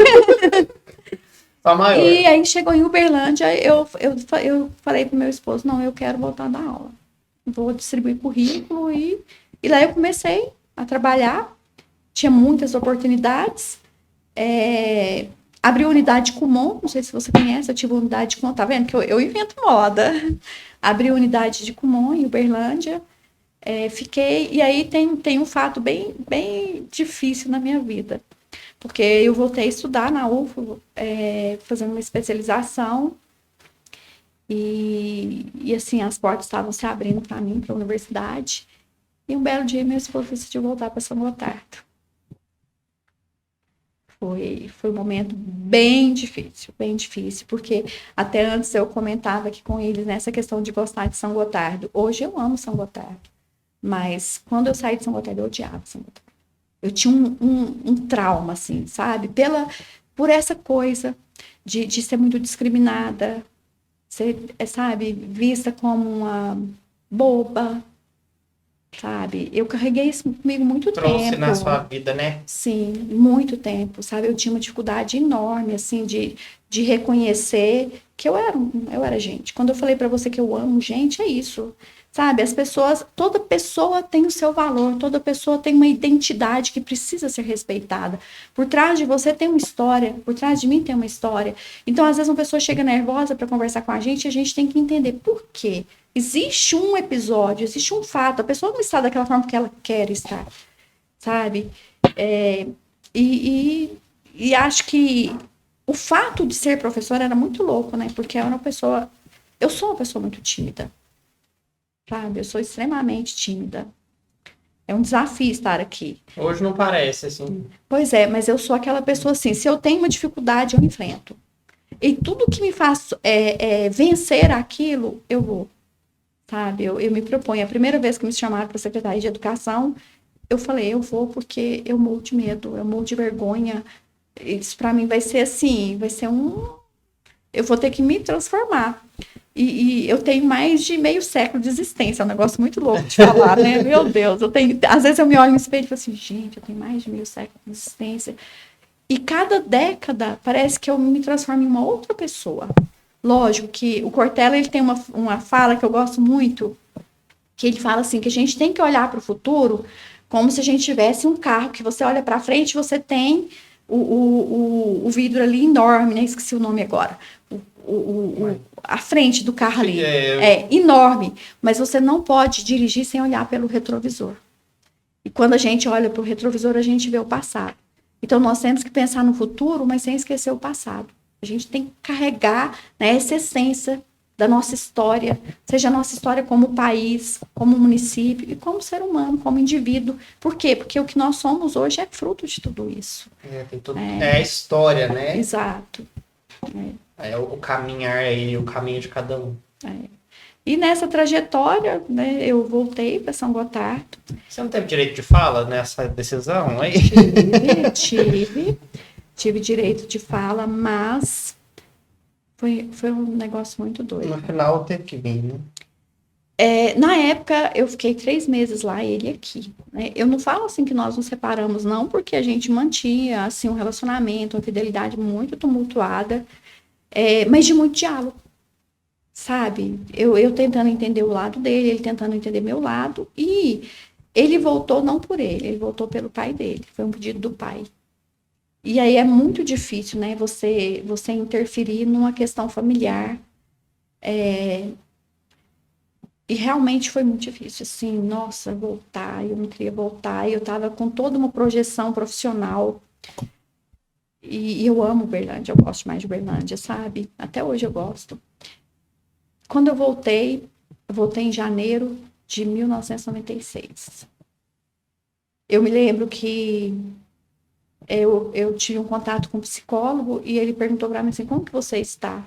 Eu falei assim, eu me sinto como se eu fosse um pedaço de carne, e eles me passaram numa máquina de moer e eu estou juntando os pedacinhos. Eu lembro que eu chorei assim, eu chorei um mês. Você não queria mesmo estar Não aqui? queria mesmo. E nessa época estava abrindo o Colégio de Dimensão, que na época era Colégio Promove. E coincidentemente, eu trabalhava em Uberlândia com uma pessoa que conhecia a pessoa que estava abrindo o colégio. E entre ele contou, olha, tem uma professora minha que foi para São Gotardo, assim, eles... Né? E a minha prima também, na época, estava matriculando os filhos dela na escola, eles estavam procurando professores, ela também me indicou, e eu fui lá conversar. Só que quando eu voltei para São Gotardo, eu falei pro meu esposo assim, eu volto, mas eu nunca mais trabalho, eu vou ter vida de madame. Ai, ai. Ele, não, tudo bem. Trabalhando até hoje. Tudo bem, né? Se fosse eu já falasse, não quero ser esposa troféu. Voltei, e eu falei assim, não, eu não quero trabalhar, não sei o que, eu não vou trabalhar. Não, mas vem cá para você conhecer a escola, para você me dar umas dicas. Ele era muito astuto. Fui. E aí chegou lá e falou assim, olha, eu queria que você escrevesse uma carta. Se porventura, se você quisesse trabalhar, o que você escreveria? E eu amo escrever. Sabe? E eu escrevi essa carta. E na época, a escola era Rede Promove. E eu lembro que eu escrevi uma frase assim, trabalhar na escola Promove será uma honra, porque promoverei, aí falei, sabe? Não lembro muito bem assim. E aí ele pegou e, sabe, falou, e era manuscrita, tinha que ser manuscrita. Aí ele me pediu para eu dar umas aulas até ele arrumar um professor. Eu disse, não, então você não quer trabalhar, você fica para mim até eu arrumar um professor. A minha esposa vai dar tantas aulas para tantas séries, e você começa com essas 2 séries só até eu arrumar um professor. E aí ele me mostrou os currículos, que é o tanto de currículo que eu tenho, eu vou escolher, mas é porque são professores de fora, eu tenho que arrumar um lugar para eles ficarem e tal. Aí eu comecei, com 15 dias ele chegou para mim e falou assim, todas as vagas são suas. E aí eu já tava lá, né? Eu já tava aqui mesmo. E aí tava gostando, aí você sabe aquele quer e não quer. Não quer ser madame nada. Aí eu fiquei lá 24 anos. 24 anos que eu trabalhei lá. E hoje, Marlene, hoje você... Não, e nessa trajetória, esqueci de falar, eu dei aula na escola da Cerca Velha, da Zona Rural pelo município de São Gotardo. Eu trabalhava em tudo que aparecesse. Ensino fundamental? Olha, nessa época na Cerca Velha era com jovens e adultos. Tipo um Mobral, né? Um supletivo, uma EJA. Foi uma unidade supletivo que abriu lá pelo município. Eu ia à noite e voltava. Nossa, eu amava. Hoje, inclusive, a gente tem um advogado que foi nosso aluno lá. Então, eu pegava tudo. Então, eu já trabalhei com todas as séries. Todas. Não tem uma série que fala assim, essa turma já... 3º ano, 4º ano, 5º ano. Já trabalhei aqui na cidade, já trabalhei na zona rural, já trabalhei nas Carpradas, São Pio X. Eu só não trabalhei na Zé Caetano porque a escola abriu na época que, sabe, que eu estava parando. No Afonso Pena também eu nunca trabalhei, não. Mas Balena, tudo que você imaginar. Sabe? Aparecia um bico, eu estava lá. sabe? E aí eu fui me consolidando. E à medida que eu fui trabalhando, eu descobri que eu gosto de trabalhar com adolescentes. Amo Olha trabalhar com só. adolescente. O mais difícil é o adolescente. Principalmente o ensino médio. Eu amo. Eu estudei um tempo, né, psicanálise. Embora a psicanálise seja considerada como pseudociência. Eu gosto de psicologia, sabe? É um curso que teve uma época que eu pensei até em fazer mesmo. Então eu leio muito sobre psicologia, sou apaixonada também. E aí, né, acabei lendo Freud, Lacan, sabe? Leituras E difíceis. sim, e o que acontece na adolescência, né? A adolescência é uma oportunidade de você se refazer como ser humano, de você se reconstruir. Então, todos os traumas da infância, se você for bem trabalhado na adolescência, você consegue se refazer, se reconstruir. Então, a adolescência é um adolescer mesmo, sabe? É uma nova... Uma nova versão. Uma nova versão. Então, eu gosto muito. Gosto muito dessa... E eles são muito exigentes. Eles falam tudo que tem para falar na cara da gente. Eles não têm essa coisa de disfarçar. Eles são muito diretos. Eu gosto muito. E eu não gosto de trabalhar na universidade. Já tive a oportunidade depois que eu voltei de Uberlândia, né? Trabalhei com os adultos. Com os adultos, trabalhei na Unipac, que eu trabalhei um tempo no SESC. Eu não me identifico. Hoje você dá aula ainda? Sim, eu aposentei em 2020, decidi parar. Tava aquela época da pandemia, né? Eu fui morar na fazenda, porque eu tenho esse sonho de morar na fazenda. Pra fazenda. Eu morei 4 anos na fazenda. Eu voltei para São Gotardo dia 8 de março desse ano, mas meu projeto é voltar para a fazenda dentro de 2 anos. E foi uma época muito boa, porque foi uma época que eu dediquei à minha mãe. E foi muito interessante, porque eu parei de trabalhar para ficar junto com ela. E eu a levava para lá, sabe? A gente fazia caminhada juntas. Foi muito, muito gostoso. E como eu tinha parado de trabalhar, eu fui convidada para trabalhar na Escola Gama. E a minha mãe, ela trabalhou junto com a Neuza Marques. Ela tinha, assim, ela tem uma paixão, né? Ela tinha uma paixão muito grande pela Neuza Marques, uma admiração muito grande. E o dia que eu atendi a ligação, a minha mãe falou assim, vai trabalhar com ela assim? Você tá muito nova para parar de trabalhar? Sabe? Eu falei, então, foi um conselho de mãe. Foi um conselho de mãe que eu acatei e aí foi ótimo, porque minha mãe morreu dia 8 de abril. Era aula online, eu dava as aulas lá da fazenda. Mas dia 8 de abril ela faleceu e foi muito bom estar trabalhando, porque foi uma forma de eu preencher minha vida. Isso já foi em 2021. Foi final de 2020, né? Que eu trabalhei no Dimensão até final de 2020. E comecei lá em 2021. Não foi bem no início do ano, não. Eu não lembro quando que foi, assim.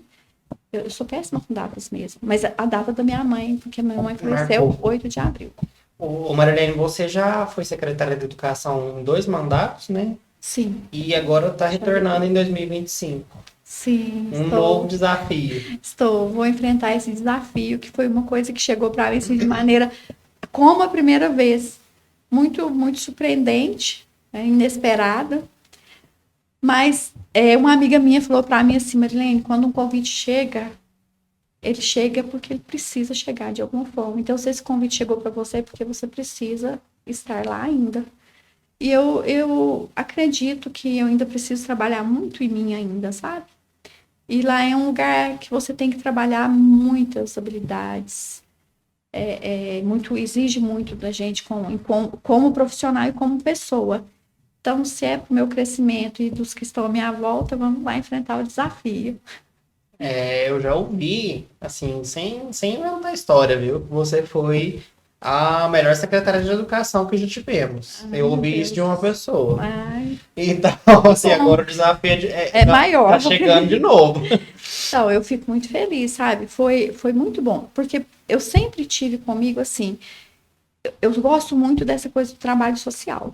Eu sempre fui uma pessoa de ir ao encontro de todo tipo de pessoa. Eu já passei Réveillon com um morador de rua. Foi uma experiência incrível. De São Paulo. Eu fui para um Réveillon. Como assim? Então, é um trabalho que existe, né, da pastoral de rua, da Igreja Católica. E meu esposo tem uma prima que trabalha. E ela nos convidou uma vez, olha, nós vamos fazer um Réveillon lá era numa fazenda no sul de Minas, sabe dessas fazendas de café que tem aquelas casas enormes? E eles passam com um ônibus na rua Pegando E convida quem quer ir passar um Réveillon com a gente. Aí vai todo tipo de pessoa, né? Eu conheci uma menina na época, ela estava com 19 anos, ela era dona de um boco de fumo, assassinos, refugiados. Nós ficamos 3 dias com eles. A Regiane, ontem, tava conversando com ela e contei que você viria aqui. Certo. Aí ela falou assim, não, aí ela falou super bem de você e falou assim, que que você é uma pessoa que consegue conversar com todas as idades, todas as gerações, mas eu não imaginei que era tanto. Que era tão... Eu tenho vontade de fazer, eu fiz isso 2 vezes, eu estou com muita vontade de fazer de novo. Eu já fui para Água Suja a pé, uma experiência incrível, incrível, com a turma da Fatinha. Eu gosto dessas coisas assim, que tira a gente desafia. Sim, e que tira da gente essa coisa da sociedade, sabe? Do status. Eu gosto disso, sabe? Porque eu acho que a gente encontra com a essência da gente. A gente precisa tirar todas as cascas pra gente chegar até a gente, sabe? E aí, então, eu enfrento. Por exemplo, quando formou o bairro Boa Esperança, tem alguns anos isso, nós tínhamos pessoas que moravam em casa de lona. Eu visitei com outras pessoas, nós visitamos todas as casas. A gente visitava todas, entrava, batia papo, conhecia a pessoa, de onde ela veio. Você tem esse olhar pro próximo, né? Eu gosto muito disso, sabe? De estar com as pessoas, assim. É interessante, porque eu gosto de gente, gosto de estar com as pessoas, mas eu não gosto de, por exemplo, se você me chamar para ir num show, que é todo mundo em pé, amontoado, não é para mim. Eu me dá um negócio assim, sabe esse negócio que você tá, que todo mundo dança para aqui, você tem que dançar também? Você é toda metódica. Não dou conta. Eu já melhorei muito. Agora, se você... Ela é. Ela é a Priscila. Se você me convidar, por exemplo, né? Não, eu sou extremamente... Eu sou tão, assim, perfeccionista, que quando eu casei, eu pensei que meu casamento não ia durar 1 ano. Porque meu esposo é o inverso de mim. Ele é todo, sabe, assim... Eu sou tão organizada que eu já fui aquele tipo de pessoa de colocar roupa no varal por cor. No varal? No varal, por cor. Não é nem no guarda-roupa, é no varal. No varal. Assim, ó, por cor. Um pouco difícil, um pouco complicado. E aí eu casei com uma pessoa totalmente... Nossa, você né? fica Um louca. furacão. Gente, mas isso eu conto muito isso, né? Que a gente dá muitas palestras, assim, em movimentos. E uma coisa que me irritava, que foi causa de briga. Pasta de dente. Ele apartava a pasta de dente no meio e aquilo me irritava. Então, eu melhorei muito, ele me melhorou muito, eu agradeço muito. Mas ele mudou um pouco, porque senão não tem Sabe o que acontece? Um relacionamento é legal por isso, sabe? Até tem uma frase do Mário Quintana que eu amo, né? Que ele fala assim, no final das contas, o segredo não é você correr atrás das borboletas, é você cuidar do seu jardim, que elas virão até você, porque você vai achar não quem você está procurando, mas quem está procurando você. Então eu vou ter que cuidar do meu jardim. Isso. Fica a dica. E aí, o que eu percebo, não né? Não vou atrás de borboleta nenhuma. Exato. Porque você vai atraí-las, né? Então, eu vejo isso no meu relacionamento, sabe? Eu sou casada com a pessoa que eu precisava. Porque ele não é igual a mim. Ele melhorou porque eu não sou igual a ele. Então, nós nos melhoramos. Nós somos pessoas melhores porque nós fomos ali trocando experiências. O que é a coisa que mais te irrita dessas coisas assim que o outro faz? É a pasta de dente? Não. Não cumprir o que combina comigo. Isso me irrita muito.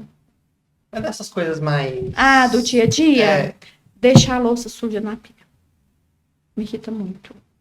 Assim, eu sou um pouco metódico também. Uhum. Eu tô falando aqui rindo, mas eu sou assim também. O que me irrita muito é a pessoa que vai lavar a mão na pia e molha a pia inteira e espalha no espelho. Não, essa coisa, sabe, você tomou água num copo, põe um copo lá na pia. O copo não lava sozinho. Sujou, tem que lavar, meu Deus. E aí, como que você educa essa pessoa? É difícil. Não é fácil. Não é fácil. Mas como? Você foi muito exigente com os seus filhos? Você é muito exigente? Olha, meus filhos... hoje meus filhos não moram comigo, né? Eles são todos casados. Olha pra você ver uma coisa, né? A gente é tão certinho. Eu tive filhos gêmeos. Então, assim, por mais que você queira, não é São diferentes. tudo dobrado, né? E o tempo para você fazer tudo, né? E depender dos outros. Gente, eu tenho uma dificuldade de depender do outro.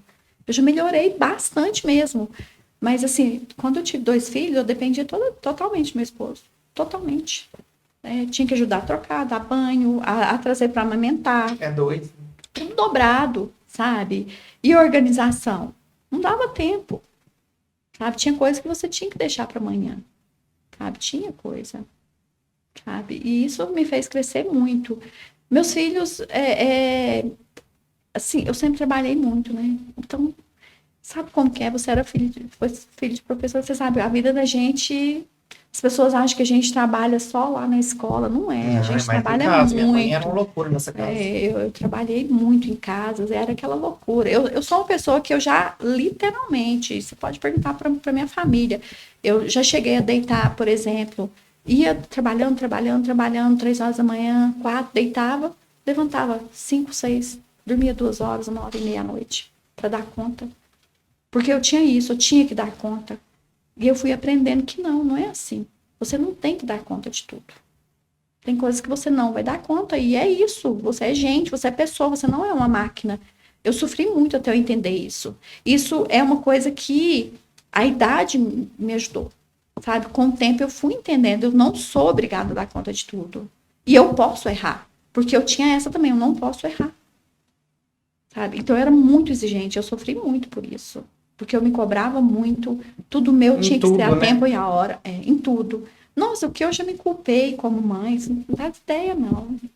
Aconteceu uma coisa, é culpa minha. Meu filho fazia uma coisa, é culpa minha. Meu filho desenvolveu uma doença, como eu te contei, né, anteriormente, essa síndrome do Crohn, eu me culpei. Falei, nossa, porque eu não alimentei direito quando era pequeno, porque eu não cuidei direito, sempre. A culpa sempre nas suas costas. Sempre, mas eu me livrei disso, sabe? Eu entendi que é o que é. A vida, a gente faz... Eu sempre tenho comigo isso, sabe? Faça o melhor que você puder. Seja o melhor que você puder. Mas isso não significa que você vai conseguir fazer tudo. E vai dar conta de tudo. Hoje você já é vovó, né? Sou. É mais leve para você? É mais leve. Neto é uma recompensa, sabe? Sabe aquele presente extra? Porque filho é presente, assim. Filho é uma bênção. Eu falo assim, gente, como os meus filhos, eles me fizeram uma pessoa melhor, como eles são importantes na minha vida. Sim, é a coisa mais importante da minha vida, sabe? Antes deles é o pai. Então, assim, eu aprendi muito. Mas os netos, eles, é uma coisa, é um carinho, assim, é uma recompensa. E é muito legal, porque você olha a vida continuando. Então, eu sei que eu estou descendo a ladeira. Agora, a minha faixa etária é para descer a ladeira, não é mais para... a média eu até brinco, né? A média de vida da minha família é curta. Ou pela média da vida deles é 75 anos. Então, eu tenho aí, talvez 30, não sei. Talvez pode ser até amanhã, mas assim, isso para mim é muito tranquilo. Mas eu olho para trás e falo assim, nossa, como valeu a pena, viu? Valeu muito a pena. Eu achei pesado você falar que agora a ladeira abaixo. Não, que isso. Mas é a realidade, né? Você vai chegando... É engraçado. Meu pai falava que a gente vai acabando aos pouquinhos. E é verdade. Sabe? É verdade, assim. Você acha que idade tá mais na mente? Sim. Por exemplo, eu não me sinto... Sabe? Eu não me sinto com a idade que eu tenho. Eu tenho 54 anos. Eu não me sinto com 54. Eu acho que eu tenho 30. Ai, desculpa, gente. Eu acho. Não por causa de físico, assim, sabe? A minha energia, a minha vontade de viver. Eu tenho. Não, a minha cabeça ela é uma fábrica de ideias, né? Então eu penso, nossa, eu não podia fazer isso, podia fazer aquilo. E eu vejo uma coisa e eu, nossa, que legal se fizesse isso lá, sabe? Então, assim, parece que tem tanta coisa para eu fazer ainda e parece que a vida é muito curta para tudo. Você é da idade da minha mãe. A minha mãe foi com 46 anos que ela faleceu. Você falou que é de 1970, né? Eu sou de maio. Também, que dia? 7. Eu sou de 9, ó. Temos características parecidas, sim, então. sim. Cabeça dura. Sim.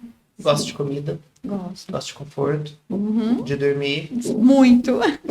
Eu falo assim, defende sabe? suas ideias até o fim. Sim. Muito. Frente com pega. Não, tanto é que, assim, sabe? Às vezes, como eu trabalho com tema de redação, com argumentação, né? Às vezes as pessoas não falam assim, mas não tem jeito de argumentar com você, não. Eu sou muito convicta. Marilene, você falou sobre a questão da maternidade, né? Você teve filhos gêmeos e Sim. teve mais filhos além dos gêmeos? Tive mais um. Eu tenho 3 filhos. Como que você define a maternidade, assim? Porque deve ter sido muito complicado, difícil mesmo a questão dos gêmeos, né? São 2 crianças, né? E seu marido ajudando e tudo. Olha, a primeira coisa que eu vejo é o seguinte, a maternidade é muito romantizada. Né? Fala-se assim, nossa, ser mãe é maravilhoso, né? É tudo muito bom, é tudo muito difícil. É bom, mas é muito difícil. E assim, por mais que a gente se prepare, não tem como você preparar para ser mãe, porque a gente nunca sabe como vai ser. Eu, por exemplo, nunca esperava ter 2 filhos ao mesmo tempo, sabe? Então, como vai ser? Não sei, você aprende. A maternidade é uma coisa que você aprende fazendo, na prática, não tem escola, não tem manual, sabe? É a vivência. E para mim, a maternidade, ela trouxe assim, um preenchimento, sabe? Ela trouxe um sentido para minha vida. Porque a partir do momento que eu olhava aqueles serizinhos ali, pensava, nossa, depende de mim, né? Eu tenho que... Eu fui uma mãe muito dedicada, sabe? Eu era aquela mãe, assim, que saía, levava comidinha pronta, meus filhos tinham horário certo. Tinha um livro, que eu não sei se ele existe ainda, que chama A Vida do Bebê. Eu seguia esse livro à risca. Do jeitinho que ele ensinava, eu seguia. Passo a passo. Sabe? Eu consigo pensar que você é daquela que, assim, tem que... Receita de bolo, bem assim. Fui muito assim. Hoje eu sou, sabe, menos. Seus filhos devem ter sofrido um pouquinho. Tadinho. Bem exigente, ele tem que ser desse Tadinhos. jeito. Eu acho que eu traumatizei bem meus filhos. E ri hoje, né? Eles superam. Mas foi pelo bem deles, né? Sim, sim. Sua casa também é tudo no lugar, tudo certinho. Eu sou daquele... Teve uma época na minha vida que se você me perguntasse assim, onde está isso? Eu falava assim, tem tal lugar debaixo disso. Etiquetado com a letra maiúscula. Sim, eu era muito assim, sabe? Eu melhorei, eu falo assim, eu insisto muito nessa coisa que eu melhorei muito, porque eu deixei de ser tão metódica, tão assim, tem que ser. É um pouco de toque, será? Não sei, talvez, né? Talvez.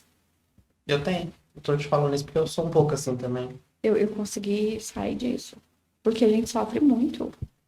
A gente sofre muito. Imagina eu com 4 homens dentro de casa. Só eu, de mulher. E E pessoas assim, são mas diferentes, eu né? tenho um filho muito parecido comigo. Eu tenho um filho que se você marcar com ele 7, é 7. Não é 7 1, nenhum pra 7. Sabe? E ele fica nervoso. Eu falo com ele, precisa crescer. Aprendeu comigo. Não copie o ruim. Ô Marilene, antes de eu continuar a nossa conversa, outro parceiro nosso que tá aqui no PHCast, né?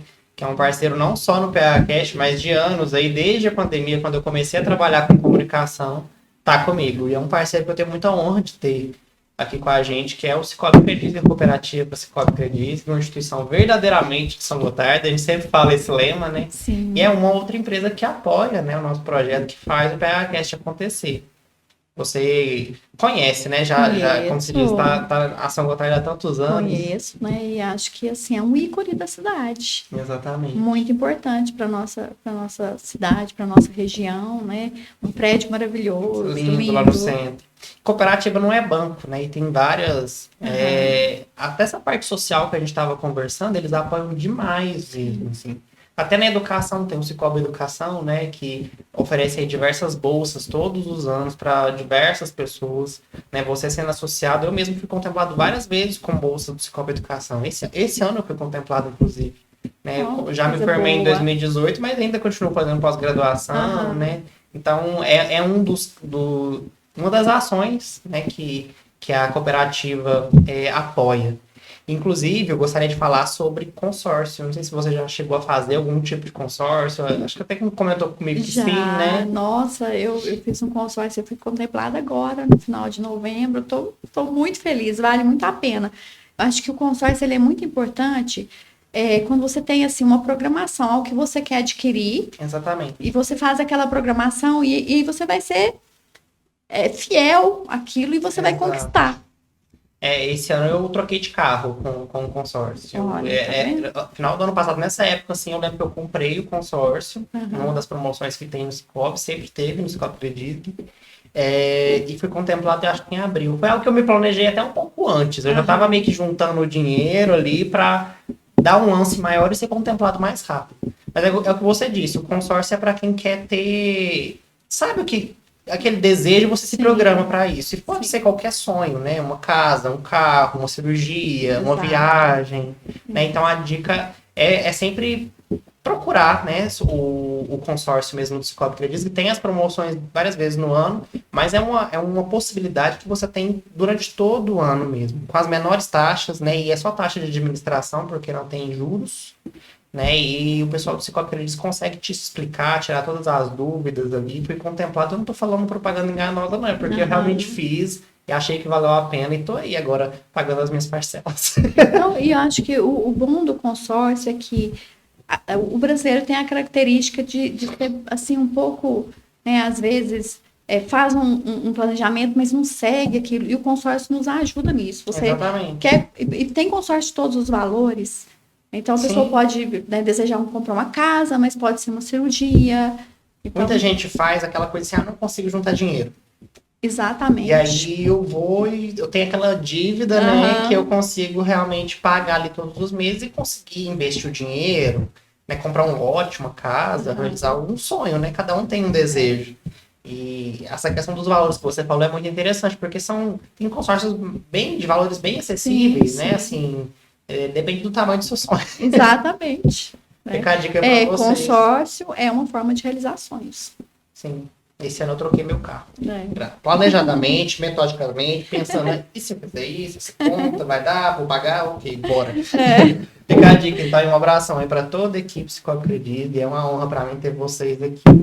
Marilene, você começou a falar, a gente começou a entrar no assunto sobre a Secretaria da Educação, né? E você falou que da parte social, que você é uma pessoa que olha muito para o outro, né? Sim. E na secretaria isso é muito importante, né? Ter essa empatia até com as professoras, com quem está ali trabalhando. Eu respeito muito a história do outro, né? E assim, eu estava te dizendo que eu sempre quis usar da minha profissão para atingir outras classes sociais, porque como minha vida me levou muito para essa questão, que eu fiquei muitos anos com escola privada, eu senti essa falta. E em 2000, se eu não me engano, em 2008, teve um concurso da prefeitura e eu prestei esse concurso. Eu prestei, e assim, eu não prestei pensando no cargo, no salário. Eu prestei, assim, eu queria uma coisa leve, mas que eu tivesse acesso e que eu pudesse me dedicar, né, a outras pessoas, a outras classes sociais. E foi muito interessante que quando o concurso, as pessoas foram chamadas, eu fui convidada, na época a secretária era a Meire Rezende, e ela me convidou para trabalhar com ela na secretaria, no cargo de coordenar projetos e programas do governo. E foi muito bom para mim, sabe? Porque assim, eu entendi como que funcionava, né, para o município ganhar verba, toda a estrutura de escola. Nossa, foi muito bom, sabe? E eu comecei a ter acesso. Depois tive a oportunidade de ser secretária de educação e tem umas histórias assim que me marcou muito na secretaria de educação. Eu me lembro uma vez que uma diretora de um CMEI, né, que é uma creche, tem um horário dos pais buscarem as crianças e foi por volta de mais ou menos umas 6h30, 6:50, ela me ligou e falou: Marilene, o pai do fulano não veio, ninguém veio buscá-la até agora. Eu falei: liga pro conselho tutelar. Você já tentou falar com a família? Já, ninguém atende. Eu falei: então liga pro conselho tutelar, porque é a norma, né? Ela disse assim: não, para essa família eu não ligo pro conselho tutelar, porque senão depois vem aqui e me bate. A gente tem que levar essa criança lá na casa dela. Aí eu falei: como assim? Ela falou: não, Marina, a família é complicado, nós temos que levá-lo lá. Tá, liguei pro motorista. Ela falou: olha, arrumou um emprego com a gente. Eu liguei pro motorista. Eu tinha um costume de ficar até mais tarde na secretaria, porque era a hora que eu pensava, sabe? A hora que a coisa baixava, eu pensava. Então, eu sempre ficava lá até mais tarde com as minhas companheirinhas de luta. E eu falei, chamei o motorista, ele se dispôs, nós fomos. E foi o motorista e ela na frente e eu com a criança atrás. A criança, eu acho que ela tinha uns 4 anos ou 3. Falava um pouco enrolado. E eu comecei a conversar para apaziguar a situação e falei assim, nossa, hoje a mamãe está trabalhando até tarde, não veio buscá-lo e tal. Aí ele virou para mim e falou assim, não, é porque ela pegou o caque do meu tio. E meu tio bateu nela. O quê? O caque. Aí eu fiz igual você, eu olhei para o menino na frente e ela, craque, craque. Meu Deus. Nossa, gente, aquilo foi mesmo para dar uma facada no meu Você coração. colocar que eu não associei. Foi mesmo coisa de dar uma facada no meu coração, assim, a criança falando, né, como se fosse uma Naturalmente. bala, uma coisa, sabe? E, nossa, foi uma coisa chocante pra mim. Chocante, assim. E a gente teve casos, infelizmente, de pedofilia, que a gente teve que enfrentar. Tem situações muito tristes, sabe? Precisa ter um psicológico forte Sim, para enfrentar, sim. né, Matheus? Sim, sim. Eu vivi situações lá, assim, que, meu Deus. Sabe? E aí chega um momento que você pensa assim, o que que eu posso fazer? E eu aprendi, sabe? A gente tem um limite, a gente tem até onde eu posso ir. Daqui para frente, infelizmente, não dá. Então, a gente vai até aqui. Se a gente conseguir até aqui, ótimo. Mas daqui para frente, não vai, sabe? E nós temos muitas crianças sofridas. Muito, muito.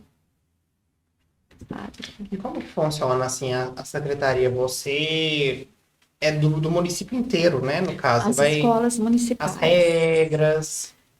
É assim, é e não é, né? Porque a Secretaria de Educação ela está dentro de uma estrutura maior, que é o sistema, né, de educação, que tem como o ente federado o Ministério da Educação. O Ministério da Educação ele dá as diretrizes, as coordenadas. Nós temos a Secretaria Estadual de Educação e depois que vem a Secretaria Municipal. Então, é uma hierarquia. Nós podemos fazer dentro daquela hierarquia. Então, tem muitas coisas também que a gente tem que fazer sem concordar. Muita coisa. Que você não tem como mudar. Que é uma legislação que você tem que cumprir. Que é algo que eu sofri muito. Para encarar. E porque desde que eu comecei a lecionar. Porque até hoje tem coisas na educação que eu discordo totalmente. Nós temos um sistema educacional que ele está ultrapassado. Sabe? Hoje nós temos uma geração que aprende totalmente diferente.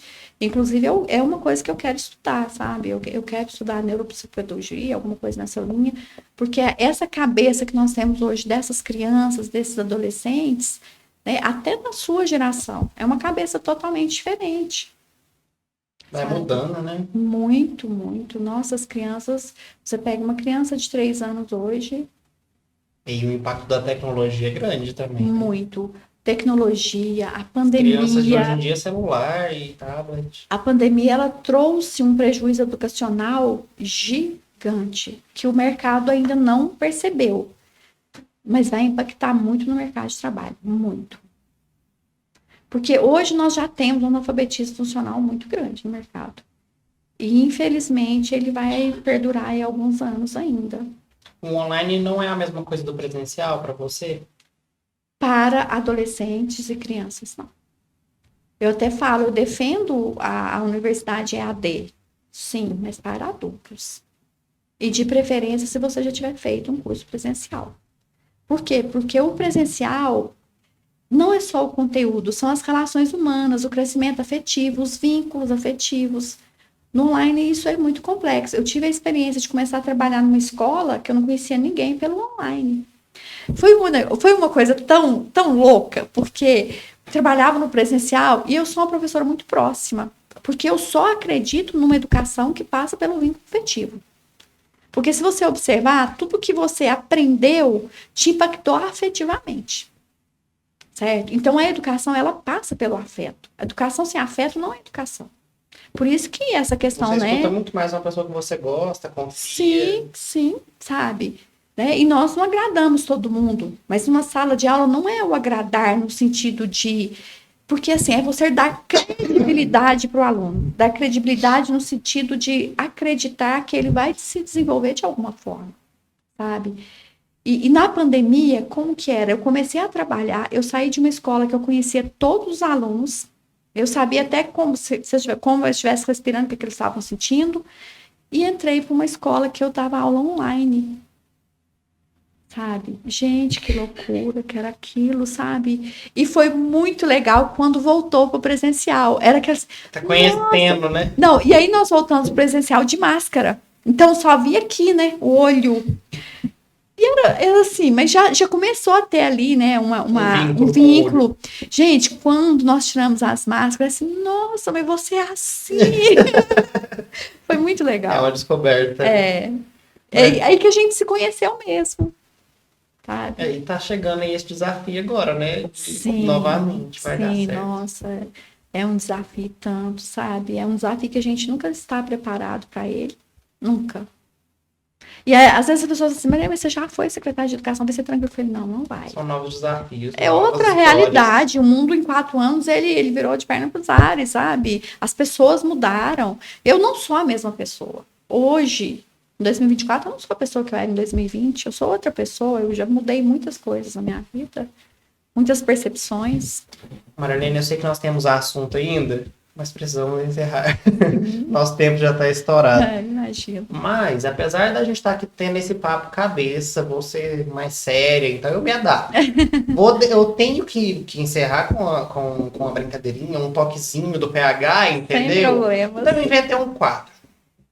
Você falou que pensa muito, então você vai me entender. O quadro é Não Me Leva a Sério, Marilene. Tá bom. Pode. Não me leva a sério, mas assim, responda, tá? Tá. Vou te fazer perguntas e você... Não é pra eu te levar a sério, né? Finge que é uma outra pessoa que tá fazendo essas perguntas aqui, Ai, tá bom? meu Deus, que bem lá. Ai.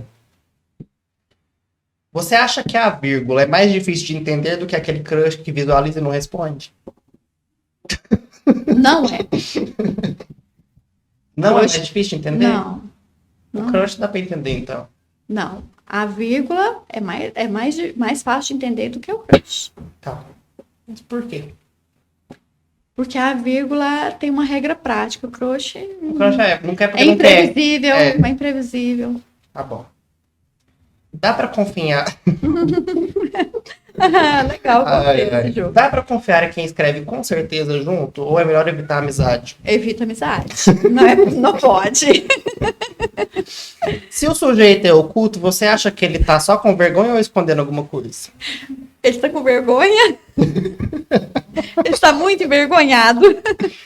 Quem criou a crase estava tentando simplificar a vida ou só queria deixar o caos acontecer mesmo? É uma pessoa que gosta muito de caos. Quando a pessoa fala ou escreve menos, a vontade é corrigir ou chamar um exorcista? Ai, um exorcista. Com certeza, exorcista, por favor. Menos é caso de terapia pra mim. Ai, meu Deus, dá até uma dor assim, ó, no coração. Se os pronomes tivessem personalidades, o Vossa Senhoria seria mente da besta, aquele a pessoa nariz mais limpo. Nossa, cheio do nome tox. Ai, peraí, que eu perdi o negócio aqui, volta. Como professora de redação, você já leu um texto tão ruim que pensou, isso aqui é uma coisa quase que pessoal, é um ataque. Já. Principalmente quando eu corrigi redação do Enem. Meu Deus. Mas já pegou aquela de brilhar o olho também, né? Nota Nossa, muitas.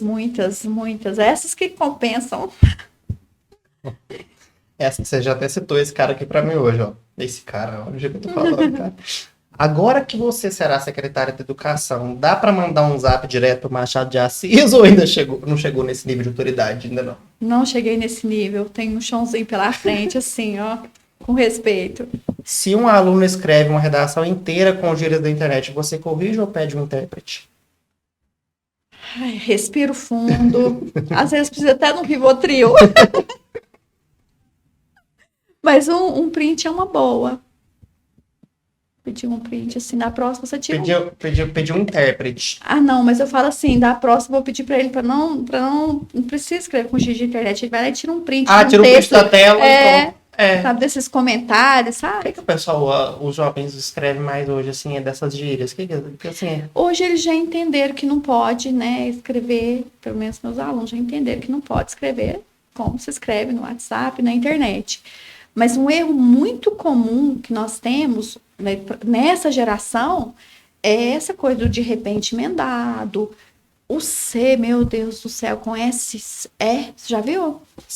Como? Por exemplo, você. Ah, você escreve C mesmo. No lugar de escrever o C. Né, Não é nem VC mais, é VC. Não, é aquele SE, como se fosse o si. Uma loucura. Ou a partir com crase. A partir com crase. Qual que é o erro que mais te irrita?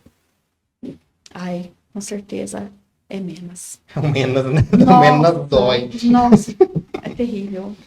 Vazou uma informação, eu não sei se é verdade, que na nova Secretaria da Educação, vocês terão uma salinha só para resolver as tretas entre o sujeito e o predicado. Temos que ter uma sala da escutatória do sujeito e do predicado para ver como é que funciona essa da liga. O que é mais difícil? Ensinar crase ou explicar para os professores que a gente não vai ler 500 páginas na semana?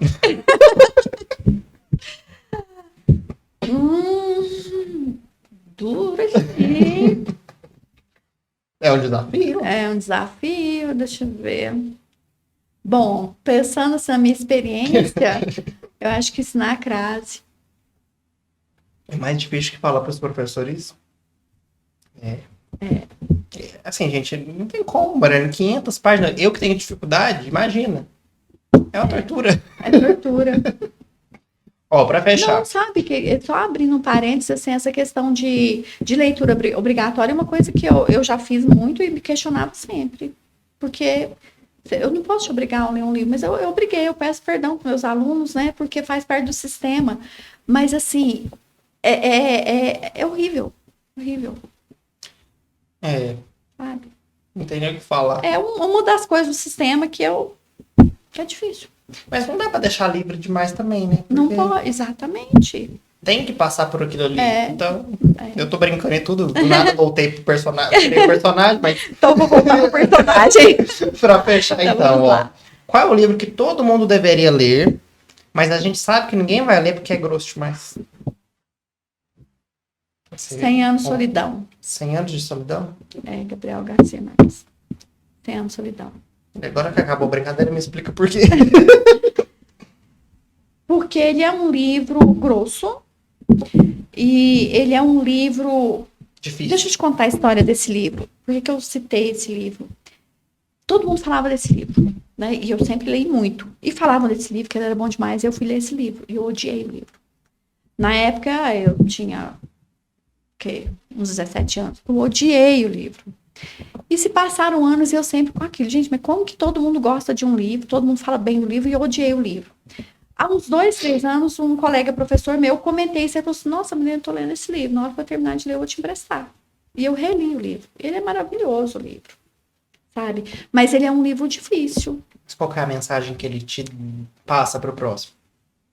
Para quem lê, assim, o importante para o ser humano é viver aquilo que a vida traz, sabe? E viver com amor, independente do que seja.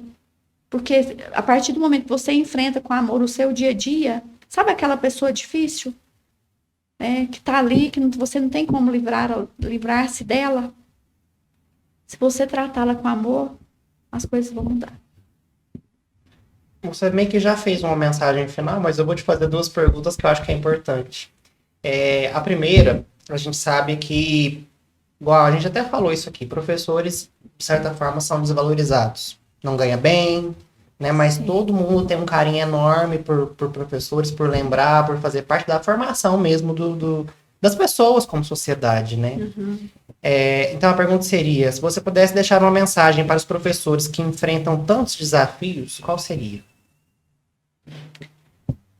Eu acho que a mensagem é o que eu coloquei na minha vida, sabe? Se eu escolhi ser professora, e isso é importante para mim, e eu vejo sentido no que eu faço, não interessa o que os outros pensam. Interessa o que eu provoco com o meu trabalho. Então, se as pessoas me desvalorizam, se o meu salário me desvaloriza, eu me valorizo. Eu me valorizo porque eu faço o outro crescer. Eu ajudo o meu aluno a ser uma pessoa melhor. E isso me dá energia para enfrentar toda essa dificuldade. E é isso que te motiva a acreditar que a educação pode transformar vidas? A educação, ela transforma vidas. A educação transformou minha vida. Porque eu saí daquela pessoa que era totalmente fechada, que achava que era a pior pessoa do mundo, que tinha uma autoestima baixíssima, e me transformei no que eu sou hoje e que vou me transformar muito mais pela educação. Então, a educação, ela transforma vidas. Marlene, muito obrigado. Deixo o microfone novamente aberto para você finalizar. E eu só tenho a agradecer mesmo a sua presença aqui. É tão bom conversar com pessoas assim, uma coisa mais culta. Não que as pessoas que passaram por aqui não sejam, pelo amor de Deus, gente, amo todo mundo. Mas assim, vocês entenderam o que eu tô querendo dizer. E foi uma honra mesmo ouvir sua história. Né? Te desejo todo o sucesso do mundo, tanto profissionalmente como na sua vida pessoal também. Eu sei que 2025 vai ser um ano de desafios novos, né? E que seja sucesso. Muito obrigada.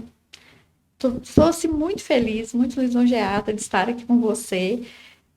Desde que você começou, eu já entrei, sabe, sigo lá no YouTube, e eu acho grandioso o que você está fazendo. Então, eu parabenizo e desejo, assim, que você tenha forças, resiliência, porque eu sei que não é fácil, para perseverar, que você continue conquistando aí vários patrocinadores, porque, gente, empresas, isso aqui é um trabalho fundamental, um trabalho social gigantesco.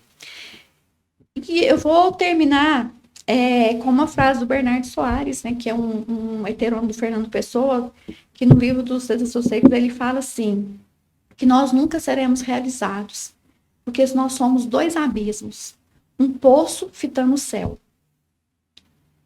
E ao ser poço fitando o céu, nós estamos nesse desequilíbrio, né, de ser bom, mas às vezes a gente é mal, né, de fazer o bem, mas às vezes a gente dá um deslize.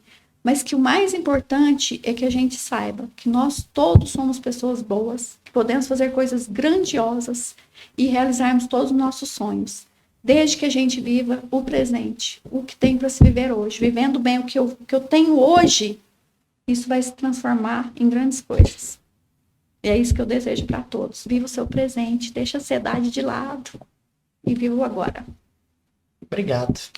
Obrigado pelo carinho, pelas mensagens que você deixou aqui. Tenho certeza que vai chegar em muitas pessoas e muitas pessoas vão se sentir inspiradas através dos ensinamentos aqui. Professora, né? Eu que agradeço muito. Muito obrigada. Obrigado, meu. Pessoal, chegamos ao fim de mais um episódio do PAcast. Espero que vocês tenham gostado. Comentem bastante, compartilhem e até o próximo episódio.